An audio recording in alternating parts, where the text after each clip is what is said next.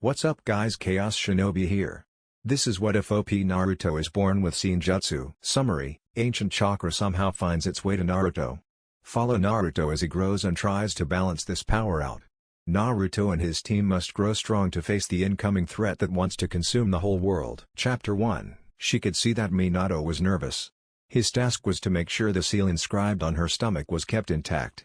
She could not blame him for his nervous look. The seal was the only thing keeping the great Kyuubi from breaking free. Kushina smiled at Minato and said, "Don't look so nervous.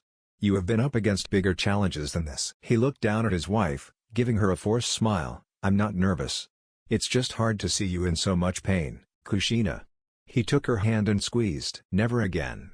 Kushina screamed as she pushed through the pain. Giving birth was a pain in the ass. She felt a strange sensation in her body, even through all the pain. It felt like something was sucking both her spiritual energy and chakra slowly from her. She gave Minato a strange and pained look. "Is something wrong, Kushina?" Minato asked. Kushina made one last mighty push and screamed in pain. "Their son has been born." Kushina noticed the strange feeling disappeared as soon as Naruto had been delivered. Kushina panted out in a small panic. "I think the damn fox tried something. I got this strange feeling that my chakra and spiritual energy got sucked away from me." Minato did not know what to say. He had never heard of anything like it before. "How are you feeling?"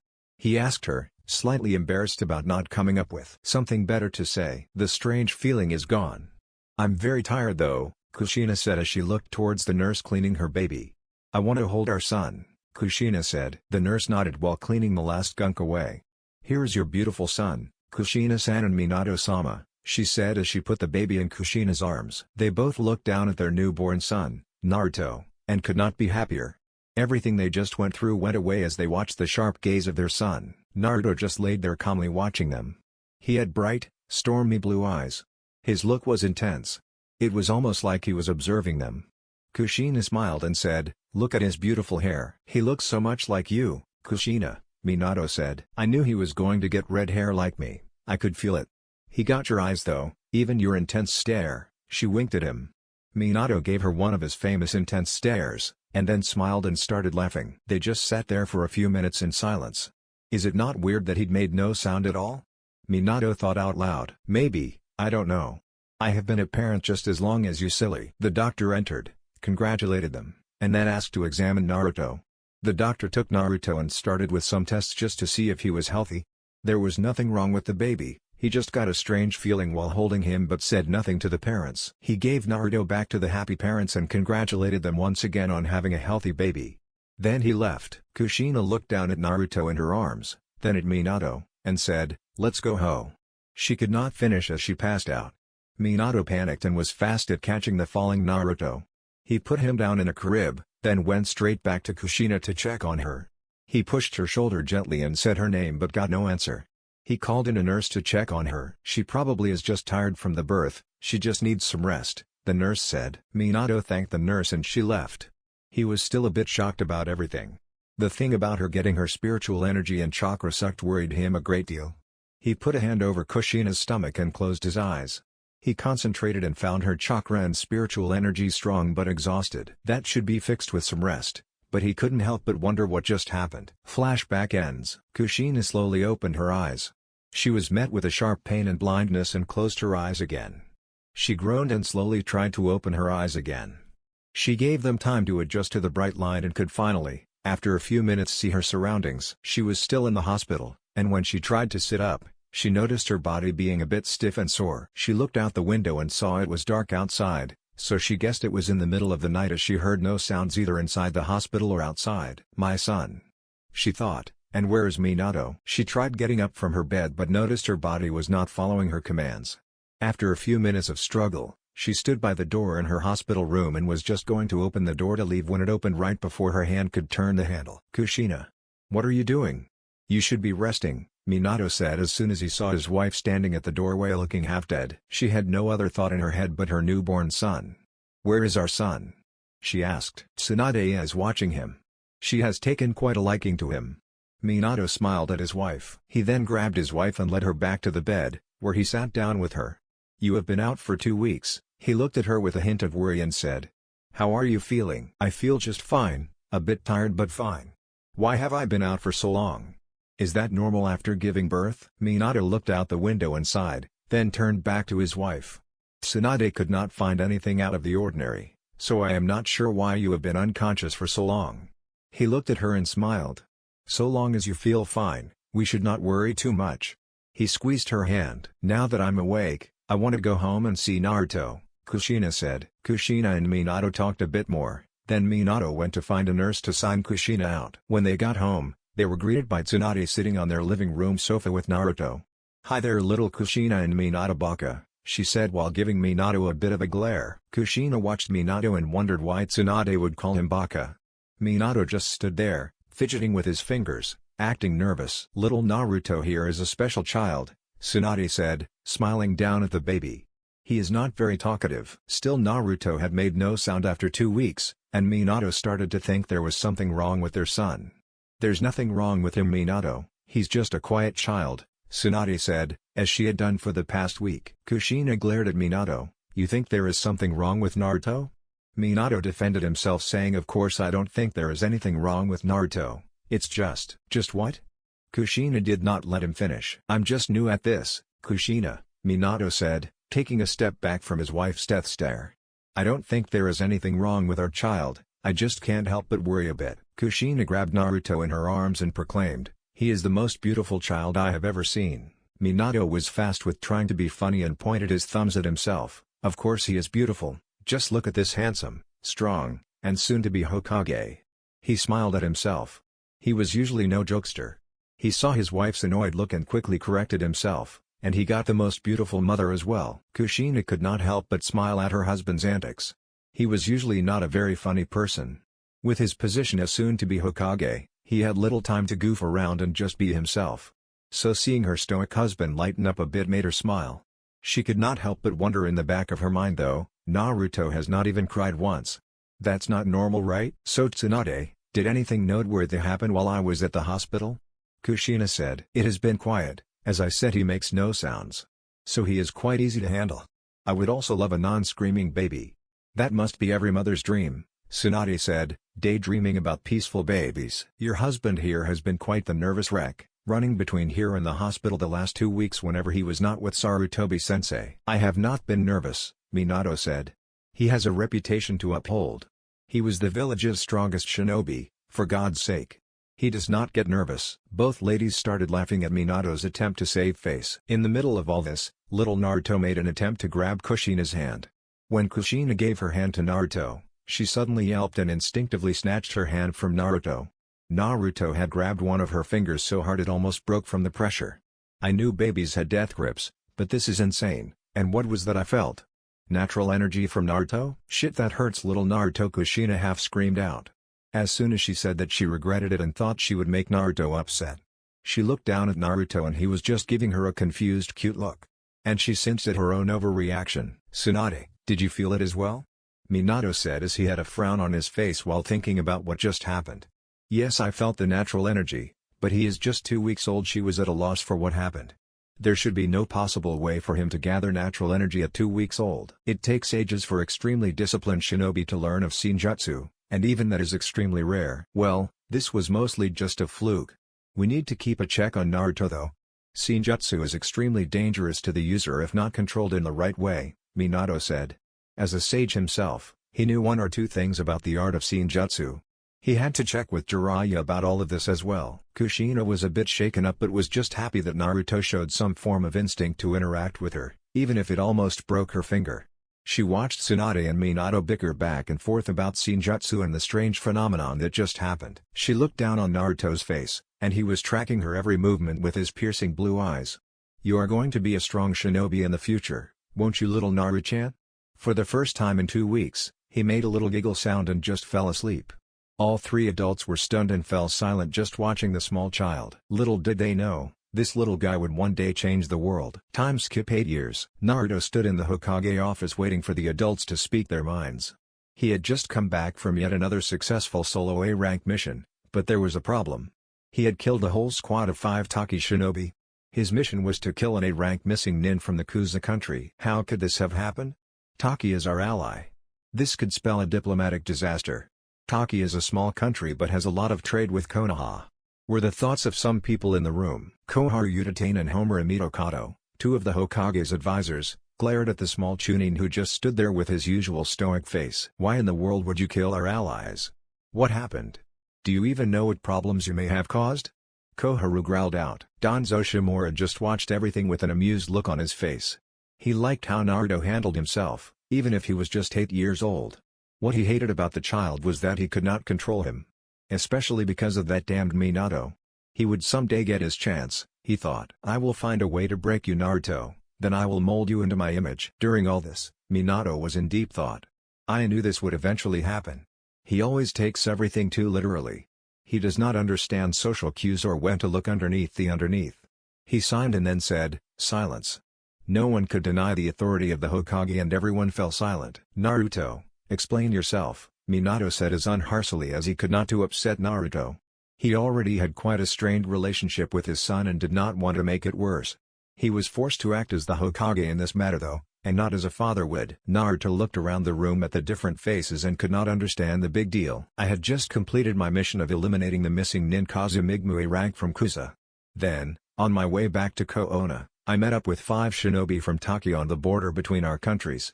They attempted to take advantage of my youth in order to steal Kazu's bounty. I pointed out our alliance to each other, but they did not care and tried to attack me. That's when I killed them. He looked around at the shocked expressions on some of the faces and said, what? As if he had done nothing wrong. What do you mean, what? You just killed them. Do you even know how this looks? Homura blurted out. There is no evidence that what you say is true, nothing. The only thing it looks like is a Konoha shinobi killing 5 Taki shinobi in cold blood. Naruto just stood there staring at her as if she were stupid. But you were not there. I was there. They tried to kill me, so I killed them. There is nothing more to it, he said matter-of-factly. Shouting started inside the office about what was to be done. Minato signed and put his face in his hand, then he looked up at Naruto. I'm sorry Naruto, but you will be suspended until an investigation has been made about what happened out there. Kushina was not going to be happy, he thought. As you command, Lord Hokage, Naruto said in a respectful voice. Minato got a little sad about how he addressed him, but quickly pushed the feeling away. This was a serious matter. You may leave Naruto. Naruto bows to the Hokage and disappears in sunshine. Minato looked at his advisors and the late son Daime Hokage Sarutobi-sama. I want you to stay. Everyone else can leave. They all knew not to push the matter, the Hokage was in a foul mood. So they bowed to the Hokage and left quietly. When everyone left, Minato slumped down on his sofa with a heavy sigh. Sarutobi walked up to him, put a hand on his shoulder, and sat next to him. What am I supposed to do, Saru? He is my son. And sometimes it feels like he already hates me. If I punish him too hard I will just push him further away, but if I do nothing, people will blame favoritism. Sarutobi studied the young Hokage with sympathy in his gaze. Have you ever thought about just talking to him? He is still just a young child. A young child at 8 years old that's just as strong as almost any jounin in the village, Minato responded. He is anything but a normal child and I don't know how to speak with him. He sighed. Kushina understands him much better than me and I don't have the time to get to know him better. Sometimes I wish I never took this damn job. Minato looked miserable. Sarutobi understood Minato very well, he himself had a pretty worn relationship with his own son. Naruto is young, you have plenty of time to talk to him. And if you talk to him, I think he would understand if he did something wrong. But you also have to understand that we don't actually know what really happened. Have faith in your son that he is telling the truth. Minato nodded to the old Hokage but in his head he thought, do I really know my son at all? What really happened out there? He pushed those thoughts far away, feeling guilty even thinking about his son that way. Somewhere in the back of his mind he had his doubts about Naruto's character. I will issue an investigation, and I want it to be kept quiet. I will get Kakashi on it. And I think I'll take the rest of the day off and spend it with my family. Kushina will soon give birth, so I better prepare for that as well, Minato said as he stood up. That's a great idea Minato, and this time Baiko will be there to help with the birth, Sarutobi said as he smiled. And Minato, I know your son very well. He does not hate you, he is a special child. He just have a hard time expressing himself. Minato smiled and nodded in thanks. They said their goodbyes and left the office. When Minato got home, he saw Kushina on the sofa watching TV. Hey wifey, I took some hours off so I could get home early today. Hi Minato-kun, perfect timing. Can you make me some food? Kushina asked as her big stomach growled something fierce. Minato's sweat dropped. Of course he replied, what do you want? Ramen, I want ramen. Coming right up, lovely lady. Where is Naruto by the way? Minato inquired, listening for any sounds upstairs. He came home an hour ago and just went straight to his room. He said nothing, and I have no energy to go upstairs to ask. I can barely move. Kushina saw on Minato's face that he was a bit uncomfortable. Did something happen in the office? I know he was to come home today from a mission. Did something go wrong? She looked at Minato but he did not answer. What happened Minato-kun? Kushina asked again more forcefully as Minato just stood there trying to find a way to tell her. Minato signed and decided to give her the short answer. He killed 5 Taki shinobi and is now suspended under investigation. Kushina was shocked beyond belief. What? She yelled out. There must be an explanation, he must have been protecting himself. I will go and talk to him. And she started to make her way upstairs while Minato went back to making ramen. There was a knock on his door. He just sat there by his desk, studying some seals and other documents. Come in, he said, and put all his stuff away he was working on as he had an idea what the conversation was going to be about. Hard at work I see, Kushina said and winked at him. You know, you don't have to be training and studying all the time. Maybe, you could try and find some friends your age. Itachi is a good friend, but that's just one friend. Don't you want more friends, Naruto? Itachi and Shisui are my friends. I do not need more, Naruto said as he watched his mother looking through his work. So you are studying nature transformation? She looked at him for a reply. When no reply came she asked so, why are you studying nature transformation rather than simply training your Makuten? Naruto held his hand out to demonstrate something to Kushina, and she watched his small hand confused. I noticed something strange with my chakra when I tried to combine my water and wind element, he said as ice started to form around his hand. Kushina let out a gasp. That's Hyoton from the Yuki clan. That bloodline is supposed to be extinct, and how can you use it? Kushina was at a loss for words. That's what I'm trying to figure out. I tried looking for a link between Uzumaki and Yuki, and even Namikaze, but I couldn't find any. We know so little about Father's clan. I also have another theory about nature transformation. He paused and thought about how to explain it to his mother. Maybe you can combine elements without a bloodline if your mastery of both elements is extremely high. Kushina looked skeptical. But would we not see a lot more people using nature transformation then?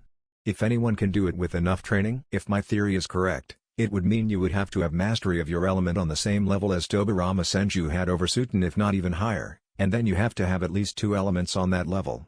That would make it almost impossible for anyone to do, Naruto mused. But not for you? Kushina, she pointed out, a bit amused at how arrogant her son sounded even if she knew he did not intend to be. Naruto did not like to show off his skills. I naturally have all 5 elements as you know, and my control over them far exceeds the norm, and I get better at it every day with training. Makuten feels second nature for me and is easy to use, but when I try to combine any other elements it just does not work, Naruto said matter-of-factly. To someone else it might sound as he was bragging. But Kushina knew, this is just how his mind works. And it was just a fluke that I discovered I could do ice release. Now that I know I can do it, it feels like Makuten. It's second nature. It's like my body adapted to it and made changes. I don't know how to explain it. I have tried to combine water and air before without any results, then just one day it works and feels like second nature. It may not be a bloodline or that anyone can make nature transformation with training. I also thought it may have to do with my body's constant intake of natural energy.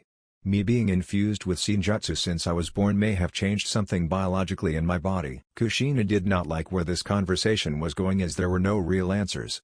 Her son was just doing a lot of guesswork on some seriously dangerous things. You have to keep this to yourself, Naruto. You can tell your father but no one else. This is dangerous stuff. Someone with your potential would have a lot of eyes on you, Kushina said, a bit worried. Don't worry, mother. I will never allow anyone to cause harm to my family. He said that in a way that made Kushina's hair stand up in her neck. She loved that her son was so protective of his family, and especially since he was soon to be a big brother. But the way he said those words made her shiver. Oh yes, that's right, I came up here to ask you something important, Naruto. And I want you to be honest with me, Kushina said as she sat down beside her son. Naruto looked up to his mother and waited for her questions. So I heard what happened on your latest mission. Kushina looked at her son to see if she could see some kind of indication on his face about how he felt. He had his usual stoic face and said, as I told father and his goons, I killed them because they intended to kill me. Kushina frowned a bit about how casually he mentioned him killing someone, and not just one but 5 other shinobis. You are a very fast shinobi, Naruto. Was there no way for you to get away without hurting them? Naruto hesitated a little and thought about it. Well, yes, I think I could get away without having to fight them. Kushina knew her son had problems with other people. He could almost never read a situation right and was very socially awkward and inconsiderate of others' feelings. So, what made you stay and fight instead of fleeing? You already finished your mission, Kushina said. He is getting annoyed. I can see his left eye twitching, she thought. Naruto became a bit frustrated. I don't understand what you mean. Naruto grumbled. They intended to kill me and take my bounty, so the logical action would be to kill them first. No.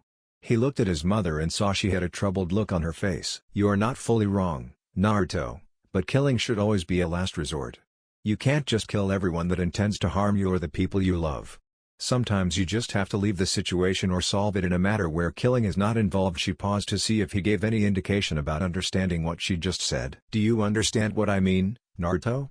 She looked at Naruto almost pleadingly. She has had similar conversations with and about her son before, about hurting people in unnecessary ways. It was like he did not know where to draw the line. He saw everything so black and white. I think so, Mom, but I'm not sure, he said, starting to become a bit confused about his own feelings. She let go of a breath she did not know she was holding and asked, do you feel sad about people you had to kill? Why would I feel sad?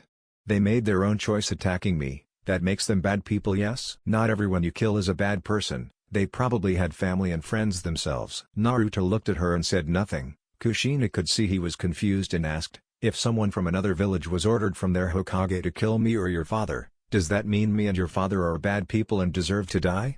She looked at her son and gave him time to think about her question. I know you have done bad things to other people, but I don't think you are bad people, he said. Kushina smiled at her son. Yes, we have done some very bad things in our life, but that does not necessarily make us bad people. Kushina thought about her words a bit more and continued, there are people in this world that thinks me and your father are bad people. There are also people in this world that we think are bad but someone else loves. It's more about the intent of your actions, Naruto. If you want to do bad things and do them, that makes you a bad person. You have to try and read situations individually and not always act in a logical way. Those people you killed may have been bad people.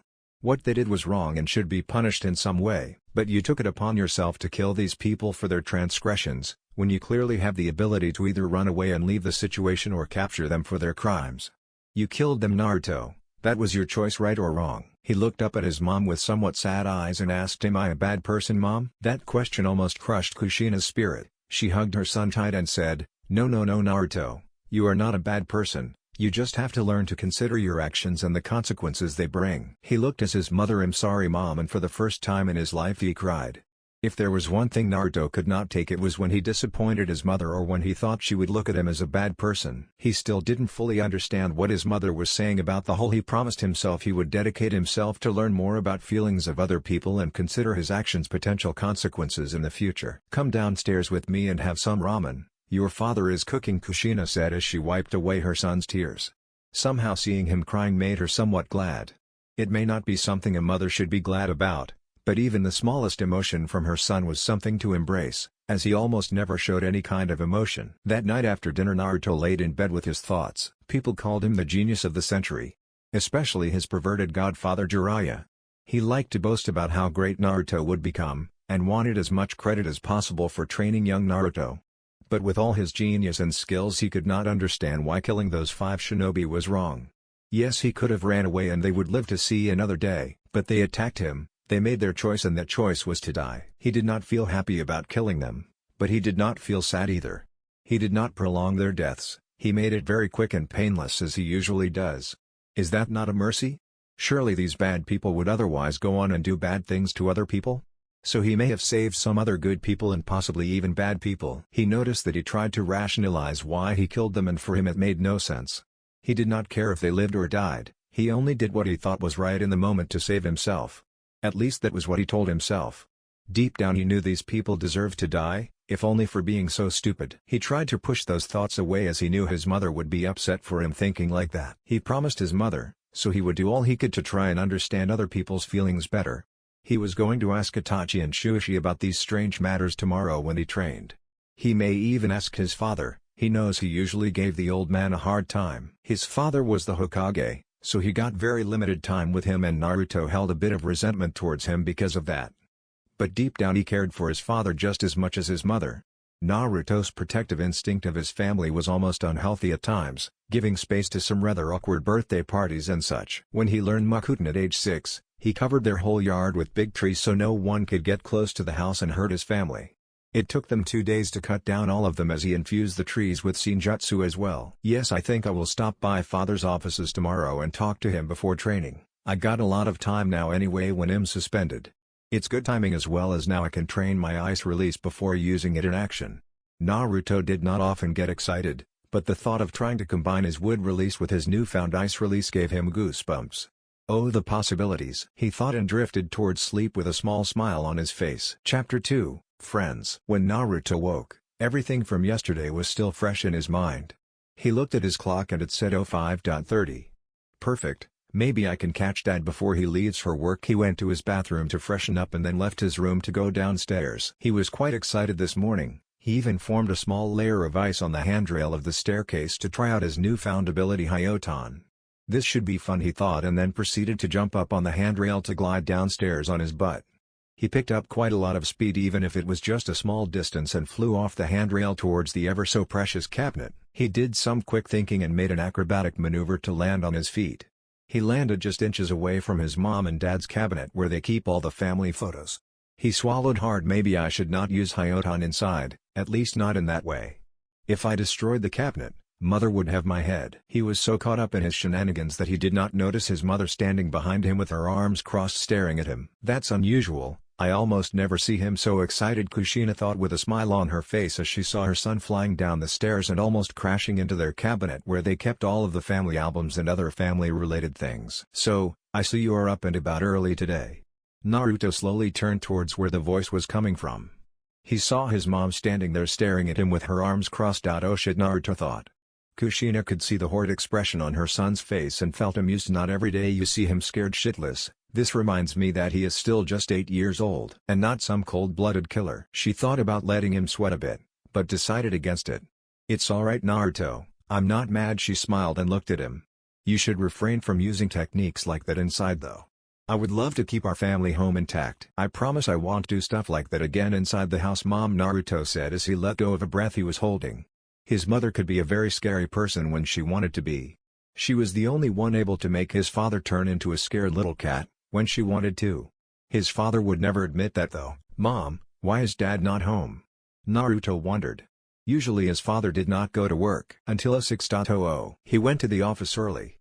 He said he had some important business to attend, Kushina said. He told me to tell you that he wanted you to come by sometime during the day. Had something he wanted to talk to you about. I wonder what he wants to talk to me about. Must be about the mission, Naruto thought.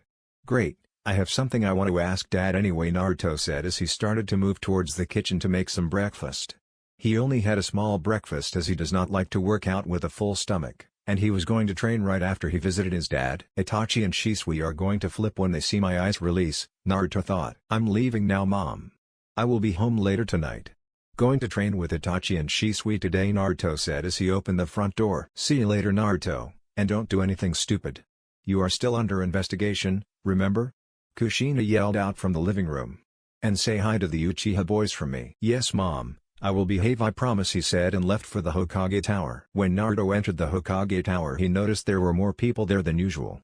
I wonder who all these people are. I don't recognize them, Naruto wondered.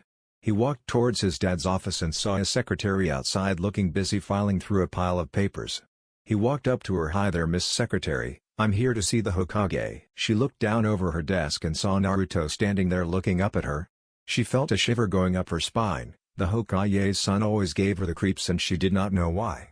Why hello there, Naruto. She always tried to sound kind to him as he was always kind and respectful towards her. Except he never used her real name for whatever reason and that bothered her a bit. You know my name is Aimi, you should try and use it sometime, she said as she winked at the creepy 8-year-old shinobi. In her eyes Naruto was a good boy. But he had this aura about him she could not explain. It made her a bit scared of him in some way. But she always tried to push away that feeling.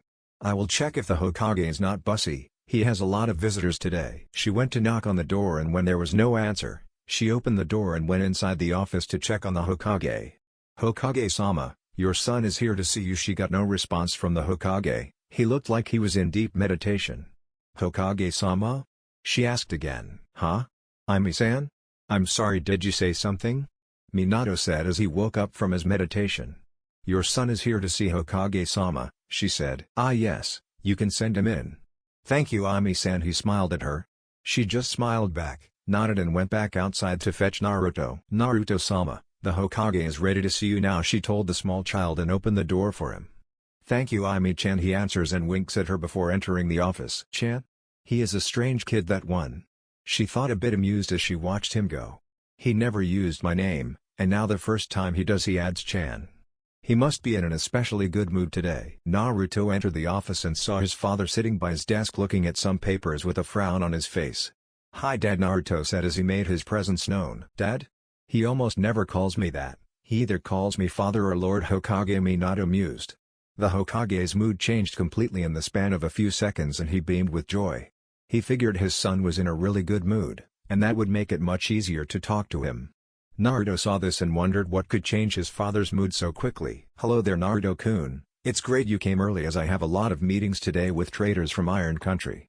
They have traveled a long way, so I would think they are not inclined to be kept waiting, he said as he watched his son make his way to the chair in front of his desk. Naruto sat down on the chair and just sat there quietly for a little while looking down at the floor. He was a little nervous and that usually never happened, so he was not sure how to handle it. Minato said nothing as he wanted to give his son some time. He saw he was nervous and that amused him a bit. His son never acted this way towards him, his mother yes, but never towards him. So Minato told himself he would savor this feeling. Mom told me you wanted to talk to me about something. Naruto broke the silence and looked up at his father. Yes, about that. I had Kakashi investigate the incident in your latest mission and he did some really quick work. He looked at his son. One of those 5 Taki shinobi survived. For the first time he could see a reaction from Naruto, even if just a small one. Naruto was shocked. That is not possible. I made sure they were dead. Naruto thought in a small panic. This is good news, Naruto. We had the survivor sent to the TI department and Ibiki-san can collaborate your story of what happened. Minato was relieved when he first got the news, but he still wondered how it was possible that person survived. It looked like all of them got a quick death with a stab to the hearth. The survivor had bruises and broken bones all over his body and a stab mark in the neck missing vital spots. That's not like Naruto at all. How did the person survive, if I may ask? Naruto was at a loss. He could not understand. He was sure he killed all of them quickly and painlessly. He saw his dad looking at him like he wanted an explanation on what happened. Minato ignored his son's question. So, what happened out there, Naruto? Minato asked as he leaned back in his chair to be less intimidating. I told you this before, Dad. I killed them and left. I made sure everyone was dead.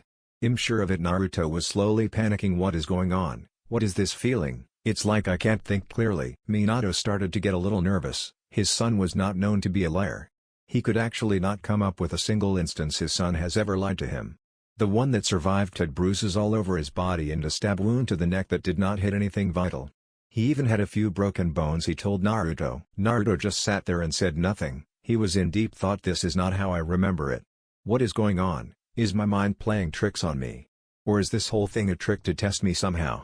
Minato saw that his son was struggling to come to terms with what he just told him. Try to calm down, Naruto. You are not under any official investigation anymore. I just want to know what happened to you out there. I'm worried about you, his dad told him in a soft voice. What is happening to me, Dad? If this is not some kind of trick, why can't I remember that I hurt someone in that way? Naruto said in a small panicked voice. Sometimes when something bad happens to us or around us, our brain has the ability to suppress memories, Minato said as he watched his only child having a small mental break in front of him. Maybe I should ask Inoiki to check up on him, Minato thought as he wanted to help his son in any way he could. I'm giving you some time off from your shinobi duties, Naruto. At least for the time being. And I'm going to ask Inochi to check up on you. This is no punishment, I only want you to get well, son. Inochi will do a checkup, and when he clears you, you will be right back doing missions again, Minato said. Take this opportunity to relax a bit.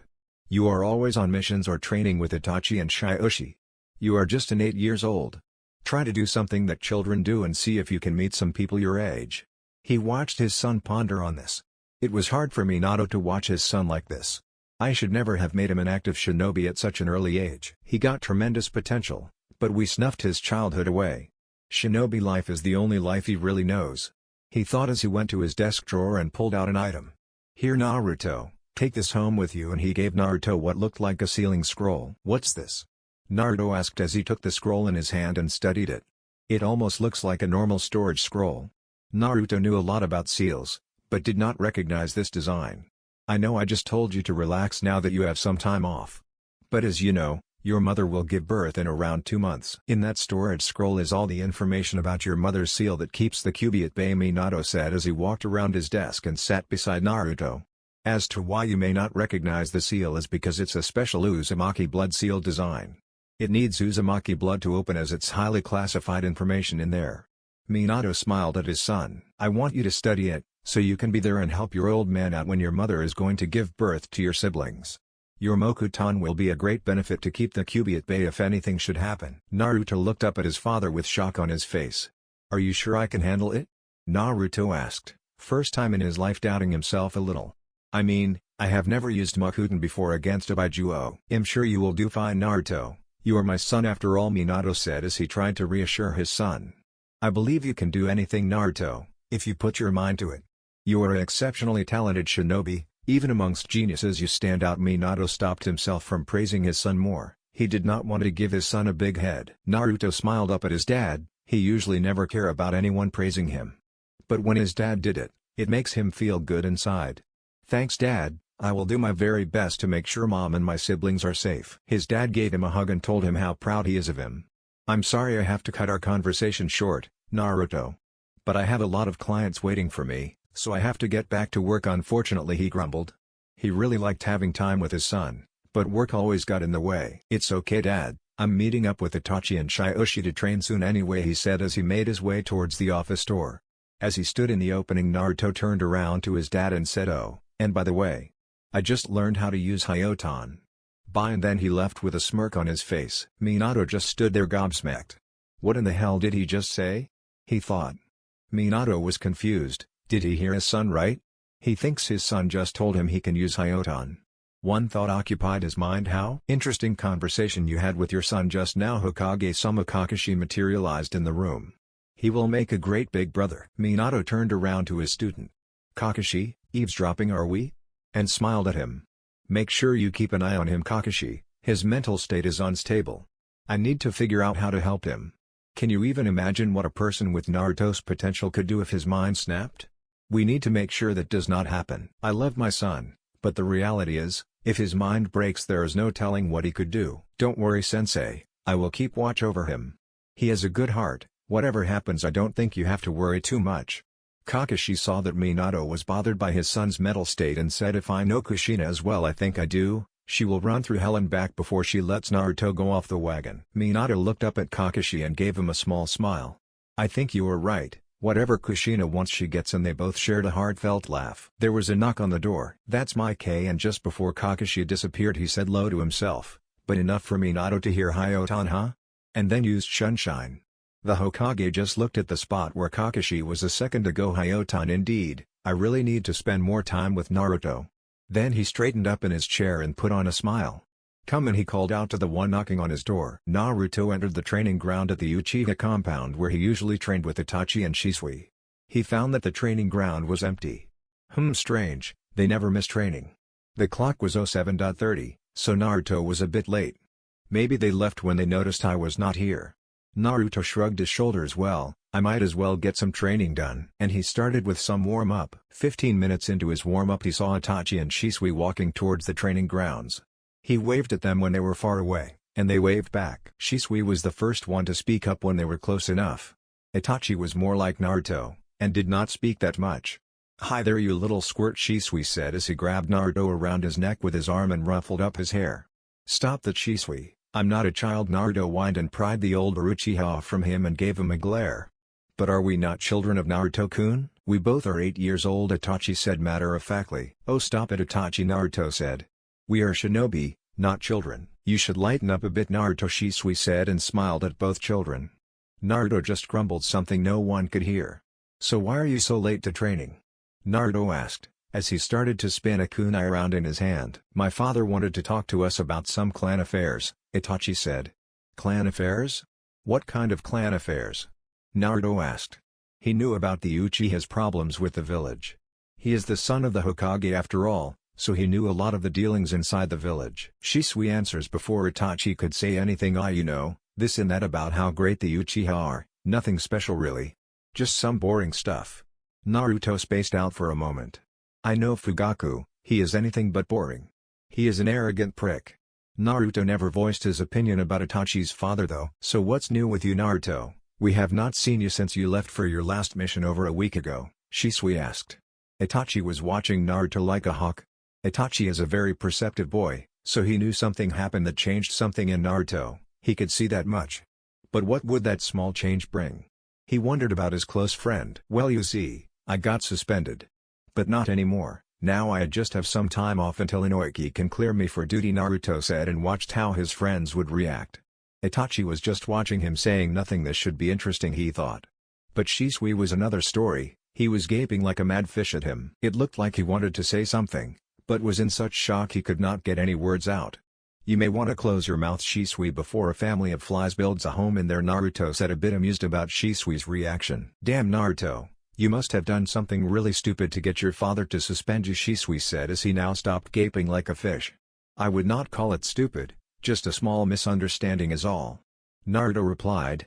He turned around and walked towards the middle of the training grounds, and casually just said, let's warm up with some sparing knee, as if the conversation they just had never happened. Hey, Naruto, you can't just drop a bomb like that and not tell us what happened.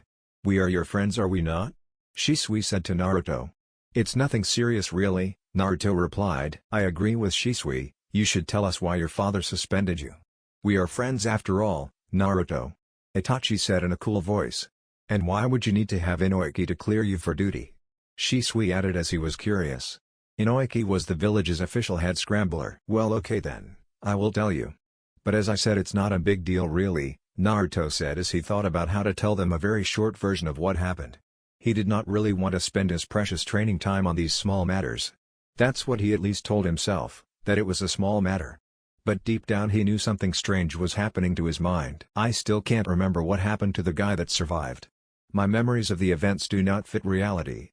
He tried to not think about it too much. Hopefully Inoiki had an answer. My mission was to eliminate a missing nin. After it was done, I got ambushed by 5 Taki shinobi, Naruto said before he was interrupted by Shisui. But are they not our allies?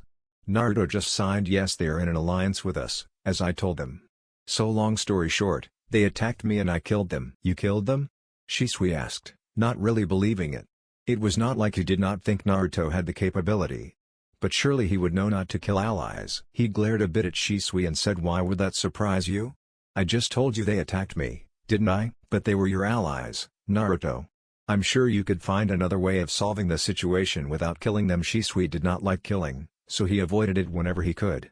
I'm not trying to say you did wrong in defending yourself, Naruto, but I wish you sometime would at least just try and leave the situation. You don't always have to kill the people threatening you. Naruto said nothing and was just thinking about what was being said. Maybe Shisui is right. I don't really find a problem with killing, maybe that's what's wrong with me. Itachi was just quietly watching the conversation and Naruto's inner struggle with himself. That's not all that happened, is it, Naruto? Itachi said. Naruto looked at him for a while. Damn you, Itachi, and your perceptive ways, he thought, and then sighed yet again. No, you're right, Itachi. Something else did happen, Naruto said as he looked down at the ground. The Uchiha clan members watched their friend standing there fidgeting and looking embarrassed. That's a first, they both thought collectively. Naruto looked up at them with an inkling of sadness in his eyes. He is showing more emotions in one day than he had done during their whole friendship of 4 years. Something really bad must have happened. Shisui had similar thoughts. One of the Taki shinobi apparently survived. And what's even worse than me failing something so simple as to kill the last one is that I can't remember not killing him. The only thing I remember is killing all 5 of them, Naruto said in a frustrated way. Both Itachi and Shisui were watching their friend with concern. And that's not the worst of it. Apparently I had hurt this last person tremendously. He had bruises and broken bones all over his body and a stab mark in the neck, missing vitals. Naruto looked down again, still not fully believing the reality of it. How can I not remember that I hurt someone so bad? It's like a vicious animal attacked him. That's not how I work at all. That's not me. Naruto almost pleaded. I'm not really good at these things, Naruto, but you should try to not work yourself up too much about this. You said Inoiki was going to help you? I'm sure you and him will figure out what happened, Shisui said, trying to calm Naruto down. He was not really sure how to handle an emotional Naruto. He almost never showed emotions. And as the older person in their small group, he felt some responsibility for the 2 younger boys. You are the smartest person I know, Naruto, Itachi said and gave Naruto a pat on the shoulder. You will figure this out, I'm sure of it. And Naruto smiled towards his friends. You got us by your side as well, Naruto, we will figure this out together. Shisui proclaimed. Thank you guys, I guess you were right. I should not dwell on this and just wait for my appointment with Inoki, Naruto said. He was fortunate to have such loyal friends as Itachi and Shisui, he thought and smiled. That reminds me, I have something awesome to show you guys, Naruto said, a bit more excited now. He gave them no time to react as he started to mold water and air elements in large quantities. Maybe I'm overdoing this? Never mind. This should put the point across at least, he thought as he finally after a few seconds released his chakra. He put one hand on the ground and both Uchihas were shocked, even the person up by a tree hiding his presence. Fuck, was Kakashi's only thoughts, very similar to the Uchihas watching Naruto. Out from Naruto's hand that was on the ground, ice spread out and covered the whole training field in just a second. And he did not look exhausted the least. That was shitloads of chakra, and the control he has over his elements is just ridiculous. I knew he got crazy control over his different elements, but to do this just a few days after he discovered he can do Hyoton, and not even look the least exhausted. What a monster. Kakashi thought. Itachi and Shisui's thoughts were similar to Kakashi''s. Good thing he is my friend and not my enemy, Shisui thought as he felt some hairs stand on his neck and a shiver going up his spine. Hyoton, huh? That's interesting, was Itachi's thoughts after getting over the initial shock. Awesome, right? Naruto beamed at his friend's shocked expressions. He did not like to show off his powers, but to his friends he had no qualms about bragging. A bit at least. Awesome? You are not even supposed to be able to use Hyoton, how is this possible? And to that effect as well, you would think you have trained for years and years with Hyoton. Shisui almost yelled out. This is an interesting development. Do you have any theories about how you are able to use Hyoton? Itachi asked calmly, having gotten over his shock. I know his theory about his Makuten, there is a connection with Uzumaki and Senju. But Hyoton, there must be something similar, Itachi mused, while waiting for Naruto to air his thoughts. I'm not really sure. I have tried to find a distant connection between my family's blood and theirs, but I can't find anything. My Makuten can at least be partially explained with Uzumaki's ties to the Senju in blood. Naruto paused, then continued, as you know, my father's clan have a very obscure past, and it's hard to find anything there as far as I know. He sounded almost a bit disappointed at that. But I found rumors that some members from the Yuki clan may have married into the Uzumaki clan long before any hidden village was created. I found something that looked like a peace treaty between the clans, but I can't confirm it. And there's also the problem about the information being over 300 years old, Naruto told them. The fact that my body has been absorbing natural energy and integrated with my own chakra since I was born may have had some profound effects on my biology. Naruto watched his friends for any response, but they were just waiting for Naruto to continue. It's quite frustrating. You know, it's like I don't know anything about my own body and its capabilities.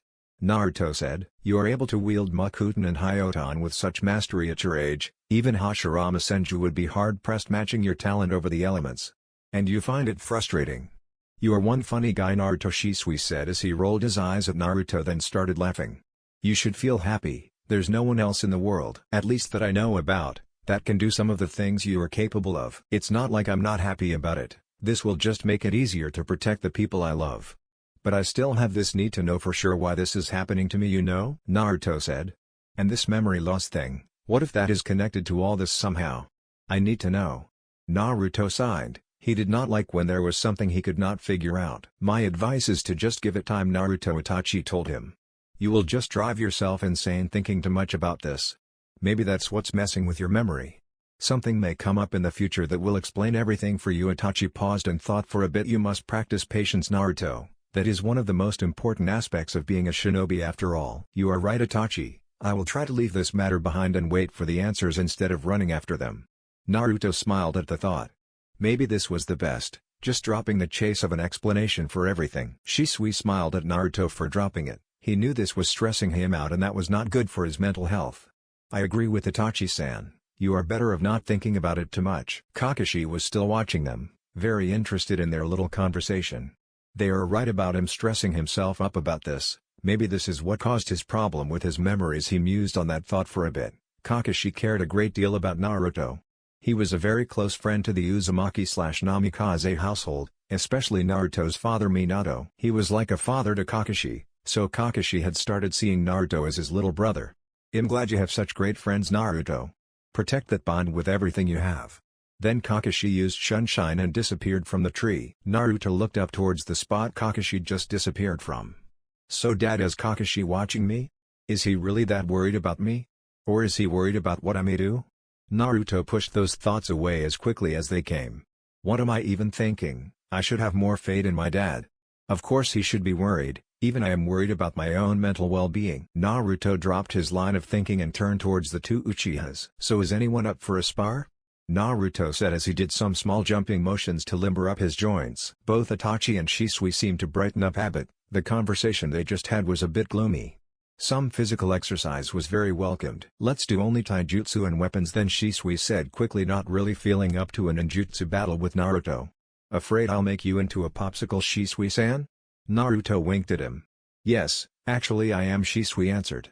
Then he started to laugh. I'm kidding, of course I'm not afraid. Who would be afraid of a squirt like you? He teased Naruto. Naruto got an annoyed twitch in his eye, he said, and pointed at Shisui and me. We'll start off. Naruto said and stomped to the middle of the training ground like the small child he was. Fair warning, thought, I'm not using any resistance seals, so you should deactivate yours as well. And even if my mother is pregnant, she has instructed me in her famous sword-style red whirlpool the last few months. Shisui gulped a bit. Maybe I should not have pissed him off before our spar. He knew Naruto's mother was famed throughout the elemental nations for her brutal and efficient swordplay. This should be fun, Itachi thought. You have yourself to blame, Shisui-san. You know not to tease Naruto. Especially before you are going to spar with him. The two combatants looked at each other, then did a respectful salute to each other as is custom. As soon as Itachi said Hajime, Naruto shot towards Shisui with incredible speed. He did not start with his sword out, but somehow he got it out in the span of less than the 1 second it took for him to reach Shisui, and Itachi heard swords clashing and the fight was on. What the hell is his parents feeding him, Shisui thought as he barely had time to get his sword up and ready to parry the incoming strikes. Shisui was 4 years older than both Naruto and Itachi, and he himself was a very accomplished jounin of the village. One of the stronger, in fact. But he was always astonished by the boy's skill level, and even more so for Naruto. Damn it, this makes me almost feel useless. I'm 12 years old and fighting an 8-year-old. And he is pushing me towards a defensive position. I can't get a single opening on him. What the hell? He thought a bit miserably. But Shisui was not one to give up and upped the pace, but Naruto just attacked him relentlessly. And his not even using his greatest strength. This continued for a few minutes, Naruto not giving the Uchiha any time to figure out a strategy. Naruto disappeared right in front of Shisui's eyes. Mind you, Shisui was not allowed to use his Sharingan. And then he felt cold steel against his neck. Yield, the voice behind him commanded. He turned his head towards Naruto, who was still holding his katana against Shisui's neck. And he smiled at Naruto. Great work, Naruto-kun. Your speed is getting better every time we spar. I even thought for a second that you cheated and used Sunshine. Cheating would be beneath me, but thank you, Naruto answers with a smile on his face. All the while Itachi had watched the entire fight with his Sharingan activated. It may not have been cheating, but Naruto is unconsciously absorbing small amounts of natural energy into his body all the time, strengthening his muscles and making his nerves respond faster, making his reaction and speed improve tremendously. Very entertaining fight, you two. Naruto, maybe you should ask your father about Senjutsu training. You are constantly absorbing natural energy, as you already know. I can't for the life of me not understand why you are not learning more about Senjutsu. Your father even is a sage himself. Dad said Senjutsu is very dangerous and wants me to wait a bit more. He said the small amounts I continuously absorb is unharmful to me. And the effect he is not sure about. But when I'm going to learn Senjutsu, I have to consciously absorb a lot more natural energy to use Senjutsu techniques and be able to use Sage Mode. Naruto told his friends. Of course he was very eager to learn Senjutsu, but he trusted his dad's judgment on the subject and did not press it any further. So, wanna spar, Itachi-san? Naruto asked, still not winded. Even after the intense spar with Shisui. Itachi looked at Shisui and then back towards Naruto. Well, might as well get this over with, he thought as he started to walk towards the middle of the field. Itachi knew he stood no chance in a spar with Naruto, especially without the Sharingan. But he was no slouch and never backed down from a challenge. Ever since he started to train with Naruto and Shisui, his own abilities skyrocketed. He was praised as a once-in-a-lifetime prodigy amongst his clan and the whole village. They stood looking at each other waiting for Shisui to start the spar. Hajime, he shouted and got out of the way. Both shinobis flew at each other and engaged in a deadly dance of swords with each other. Shisui watching from the sidelines with his Sharingan active, and could only smile at his friends in their prowess. Chapter 3, Preparations. It has been almost 8 weeks since Naruto got the Uzumaki sealing scroll from his father that contained all the information about his mother's seal holding back the Kyuubi. He had been studying it meticulously during that time. He was sure he now knew everything there was to his mother's seal and its workings. He had his focus more on training 2 special techniques with his Makuten thought, as his dad would focus more on the seal itself. Naruto's job was more if the Kyuubi would somehow break free, and then help to subdue the Great Fox with his Makuten. Naruto had been hard at work, as using techniques was not usually how he utilized his ability with Makuten or even now Hyoton. He had a more of a loose and free style of use for his nature transformations. He did not like using flashy jutsu too much, he instead opted to perfect his elemental manipulation as much as possible and could then grow a branch or a vine here and there with just a thought and the manipulation of his chakra. This was especially useful as he was a close combat type fighter. He liked to get up front and do his work quickly. Summoning a vine or a tree branch to pierce someone's heart or throat in the heat of battle was very convenient. No one ever saw it coming. It was almost as if his elements and elemental transformations were just an extension of his thoughts and that could be brutally efficient instead of flashy techniques. Techniques took time, he thought, when he could just as easily just pierce his opponent with a branch or whole tree if he wanted to be especially flashy with just a thought and almost non-existing chakra manipulation. Now he was possibly going to be up against a Baijuin that changes things. Long time ago Naruto got a scroll from Tsunade Senju that was written by Hashirama Senju. That scroll detailed all of Hashirama's theories about Makuten and nature transformation. There were techniques of both Makuten, earth element and water element. And as he noticed, a lot of notes on Senjutsu. Maybe I should have actually read to the end before Naruto thought as he saw the notes about Senjutsu at the very end of the scroll, but that was not important now. He had been studying 2 very special Makuten techniques from Hashirama's scroll the last 8 weeks since his father told him to learn about his mother's seal. The first one was named Hokage Shiki Jijin Jutsu, Kakuen Nitten Suishu. This technique was used to suppress a Baiju's chakra. Problem was that he needed to make physical contact with the beast, so he had to learn something that would hold down the fox as well. So he tried to learn a technique called Makuten, Mukujin no Jutsu. This one he struggled with as it required shitloads of chakra. It summons a big humanoid tree creature that is said to be able to hold down the Kyuubi with force alone. He hoped he would be able to do this technique perfectly if he pushed himself hard. It was his family he was protecting, so there was no backing down. All this training made him open up about learning more techniques and jutsus as well as he noticed they had a big benefit. I really need to evolve my fighting style, he thought. Big flashy jutsu has its place, and he smiled at the thought of controlling big flying tree dragons. Why have I never seen the awesome possibilities this brings? Naruto was interrupted in his musings by a knock on the door, and it opened to reveal his father standing there in his Hokage clothes. "Good morning Naruto-kun," Minato said as he watched his son studying. His son has been hard at work these last weeks, and he saw it was stressing him out a bit. "Don't doubt yourself, son. I know it's a hard technique you are trying to learn, but I know you will be able to use it to its full potential when the time comes. And you also have to remember that you are not going to be alone out there. Me, Jiraiya and Hiruzen will all be there to keep the Kyuubi in check if something were to happen," he said as he wanted to reassure his son. Naruto looked at Minato and smiled. "Thanks, Dad." He looked out his window towards Konoha Hospital. "So today is the day I'm going to become a big brother, eh?" he said as he turned back towards his father. "Any day now, son. Your siblings are rather stubborn," Minato said with a smile. "But yes, any day now. So we better do the final preparations." Jiraiya came back to the village yesterday and is setting up security at the hidden location. He finished. Minato was watching his son and saw that he thought about something that troubled him and had been the past few weeks. Minato knew directly what was troubling Naruto and said, "Don't worry about that now, Naruto. We will talk about your visits to Inoiki after all this is over. It will all work itself out, Naruto, I promise you that. As your father I will make sure of it. You know I love you, right? And I will do anything for you, son." Naruto looked up at Minato and gave him a small smile. "I hope you are right, Dad, and that this is something that can be fixed," Naruto thought. "Thank you, Dad, and I love you as well." Minato stayed in Naruto's room for a while and talked. They talked about the coming days and training in the future. It was not often Naruto and Minato had times like these, so they both just enjoyed the moment and tried to savor their quality time together. "Let's get something to eat, then we can visit your mother at the hospital. After that we will meet up with Jiraiya and Kakashi," Minato told his son as he prepared to go downstairs.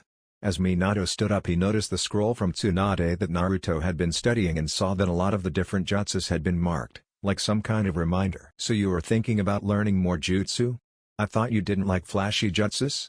Naruto just shrugged his shoulders. I'm glad you are broadening your views on all of the aspects of being a shinobi. It will just make you a more well-rounded fighter and that much stronger, Minato said as he was happy that his son was expanding his repertoire. When you are older I will teach you my signature techniques, he winked at Naruto, as he knew just how eager his son was to learn the Rasengan and Hiraishin. Come now, let's go downstairs and eat, Minato said and left Naruto sitting on his chair with stars in his eyes, totally lost in his own world at the moment. The possibilities with the Hiraishin was Naruto's only thought as he sat there drooling. They both ate a big breakfast and were now at the hospital to visit Kushina. They saw that Baiko entered Kushina's room from a distance. So they did not bother checking in with any nurse and just went to Kushina's room. They knocked, mostly cause you never know what you are walking into when going inside a hospital room. So it was better being safe than sorry. Come in, they heard Kushina's voice call out from inside the room. Minato opened the door and they both entered. They saw that Baiko had just brought some food and other equipment they did not recognize. Must be baby stuff and whatnot, both Minato and Naruto thought. Hi mom, how are you feeling? Naruto asked as he walked in and took a seat beside the bed Kushina was laying in. Minato setting himself down just beside Naruto. Both turned and greeted Baiko as well. She answered with a nod towards both and went back to whatever she was doing. Kushina looked up at both, giving them a smile, but looked a bit exhausted. She greeted both and then answered Naruto. I'm fine Naruto, just a bit exhausted. It feels like your siblings are having a battle in my stomach, she said as she patted her swollen stomach. I just wish they stopped being so stubborn and just came out already. She almost sounded frustrated saying that. Minato's sweat dropped as he looked at his wife. Let's just hope they keep the fighting to a minimum when they are actually born, then he said, trying to be funny. Both females in the room and Naruto just looked at Minato. His jokes are so dry it feels like we live in Suna, sometimes they all thought as they rolled their eyes. Minato saw that his joke did not land well. Anyway, we just came by to say hi and see if there is anything you need before the big event. We have a lot of preparations to attend to, so I'm afraid we won't have much time to spend with you today, Kushina-chan. He looked a bit sad about not being able to spend more time with his wife today, but it was a fleeting feeling. He was so very much excited about his wife giving birth soon, that almost nothing could bring down his mood. That's fine, it's not like there is much to do here anyway, this place is so boring, Kushina said as she was fed up with being inside a hospital. She wanted to be outside breaking bones and taking names, god damn it. This is all Minato's fault. She thought and glared at Minato, who was oblivious to the danger he might find himself in if these babies did not soon come out. Just remember to remind that perverted sensei of yours, that if he even thinks about bringing that disgusting porn novel in my presence again, and especially during my birth, I will beat him so bad that even Tsunade-sama will feel sorry for his ass. Kushina tells Minato. Then she just said, I will see you guys later then, love you both. And bring some ramen next time, will you? Minato and Naruto just sweat dropped. Yes hun/mom, of course, both replied at the same time, almost robot-like. They waved and said goodbye and the pair were off to meet up with Jiraiya and Kakashi. Minato did not like to use any technique to get around inside the village, only in emergencies. So he always walked when he was in Konoha, mostly because he liked his walks as a time to relax a bit. But it was also a way for him to interact with the citizens of Konoha. There were a lot of smiles on people's faces as he strolled by. They waved at him and some came up to say a few words and Minato tried to answer everyone as best he could. He heard hushed whispers like, look, there is the Hokage's son. Or I have not seen the son of the Hokage since he was like 4 years old, look at how grown up he is. He even heard someone whisper, what was his name again? Naru something? He signed in his head as he looked down at Naruto as they walked. He was totally oblivious about the people around him. Or so he thought at least. Naruto was never someone to socialize much outside of his family. He did not really seem to care that much about the villagers. He had hoped his son would open up a bit more towards the villagers or just people in general. But he was not going to force his son. He will just give it time. He was just 8 years old after all. His son was not an open and inviting person by his nature. That's just how he is. Minato saw a lot of potential in Naruto and wished he would succeed him one day as Hokage and lead the village after him. He would need to learn how to get the people on his side.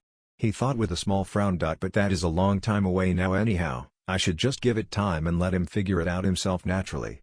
Minato looked up at the sky and smiled as they kept walking. Naruto had different thoughts in his head. He did not really care for the villagers, he knew he was supposed to protect Konoha and its citizens as a Konoha shinobi. And that was what he was going to do, he would protect his home and that included the villagers, but he didn't really care about anyone other than his family. friends and few others. But as long as his precious people lived in Konoha, he would protect this village to his last breath. Minato and Naruto kept strolling through the village, and after a while they stopped in front of what looked like an old workshop of some kind. "Here we are," Minato exclaimed as he turned to Naruto. "This is an old place of the Senjus," he said to his son as he pointed towards a few designs on the shop that had some symbols of the Senju clan. "This looks really old," Naruto thought as he felt his dad put his hands on his shoulder and led him towards the door. "Let's go inside," he said to Naruto. When inside, Naruto took a look around, and it did not look as old inside as it did on the outside. It actually looked very neat and like someone had kept the place in check. "What is this place, Dad?" Naruto inquired. "This, son, is just an old workshop, but there is a closely guarded secret here. You see, the Senju clan made tunnels from here to some secret locations around and outside the village." He looked at Naruto's questioning look and said, "I'm not sure of their main purpose, but this place has its uses. Most likely they had them as a defensive measure." Minato continued to explain to his son, "One of these tunnels leads to a place outside of the village. That's where we will oversee your mother's birth." Naruto then asked, "How do you know no one else found these tunnels in those secret locations?" Minato smiled at him and lifted his palm in front of Naruto's face. Naruto saw a glowing seal form in his dad's palm and raised an eyebrow. "This, son, is a blood seal. The locations have incredibly strong barriers keeping them hidden. And mind you, these barriers were made by the old Uzumaki sealing experts. Only someone with Uzumaki or Senju blood could possibly get inside or let someone else inside these barriers. I have your mother's blood, so that solves it for me. You also have to have expert-level sealing knowledge," Minato told his son. "So how do you know no one else does not already know of these locations, and in some way acquired a way to get inside?" Naruto was a little bit skeptical. "Ah, I'm glad you are mindful of these things, Naruto-kun. But you don't have to worry, all this we have thought about and made preparations and fortifications. This is why Jiraiya came early to help strengthen security," Minato said. "Keep thinking like you do, Naruto, never leave a stone unturned. If you see anything, don't be afraid to voice your concerns," he said proudly to his son. "Let's get going now, we have a lot to do," Minato said as he bent down to touch an odd-looking object behind a chair standing against the far wall of the workshop. When he touched the object, Naruto saw a shimmering on the floor just meters away from him. After a few seconds he could see a trapdoor on the floor. An invisible trapdoor. "That's pretty convenient," Naruto thought as he watched his father open the trapdoor and jumped down, disappearing completely. He just stood there looking at the trapdoor his dad just jumped through. "Are you coming, Naruto?" he heard his father shout out to him from the tunnel below. And he jumped down to join Minato. It felt like they had been walking for over 30 minutes now, and Naruto started to wonder when they would get there. "How far?" was the only thing Naruto said. His father looked at him and answered, "We will get there soon, just a few more minutes," he told his son. After a few more minutes of silence, "Could you not just use Hiraishin to teleport us to this place?" Naruto asked. "For security reasons, I can't just teleport past the barrier. That would weaken the integrity of the barriers, or may even fry me to a crisp for trying," Minato told him. "That makes sense, I guess," Naruto said. "But, logically you could teleport us just outside the barrier, and then use the blood seal to just walk past the barrier, right?" Naruto continued. "Damn it, why didn't I think of that? It would save some time," Minato thought as his sweat dropped. I can't let him know his old man did not think of that as well. He continued thinking. He stood there a few seconds to come up with some excuse. "Well, you are right, Naruto, I could do that, but I wanted to show you the location of the warehouse and these tunnels as well," Minato said quickly, hoping his son would just drop the subject. "Yeah, right, Dad," Naruto thought as he rolled his eyes at his father. "He really sucks at lying." He gave his father an all-too-wide smile and said, "Well, thank you, Dad, for showing me, especially these wonderful tunnels in all their splendor," Naruto said as he just kept walking. His father just sighed and walked after his son. Damn it, can't get anything past him. Stupid excuses. Soon they reached what looked like a door attached to a mountain wall. Naruto raised an eyebrow and thought about where they could be. Is this inside some mountain or a cave of some kind? Minato saw his son's eyebrow go up. Wondering where we are? Minato turned to his son. Are we inside a mountain? Naruto wondered. Not quite, son. The location is inside a cave that is well hidden by large trees made from Hashirama's Makuten. The trees surrounding the place hides all traces of chakra inside the cave. So it's a very convenient location to hide Abaiju's presence. Minato told his son. Naruto was impressed. He never imagined using Makuten to this effect. I really need to start studying Hashirama's notes more. I have only been freeballing Makuten in a convenient way this far. It's time I learn how to really utilize my abilities to the fullest. He thought with vigor. Impressed? Minato asked, knowing the answer beforehand. He could see the shock, even if just small, on his son's face. Very was Naruto's short answer. He was in deep thought about the possible ways he could improve his nature transformations, when his thoughts were interrupted by a voice he recognized all too well. Minato, the voice called out. And they saw the door being opened from the inside. Out came none other than Jiraiya the Toad Sannin.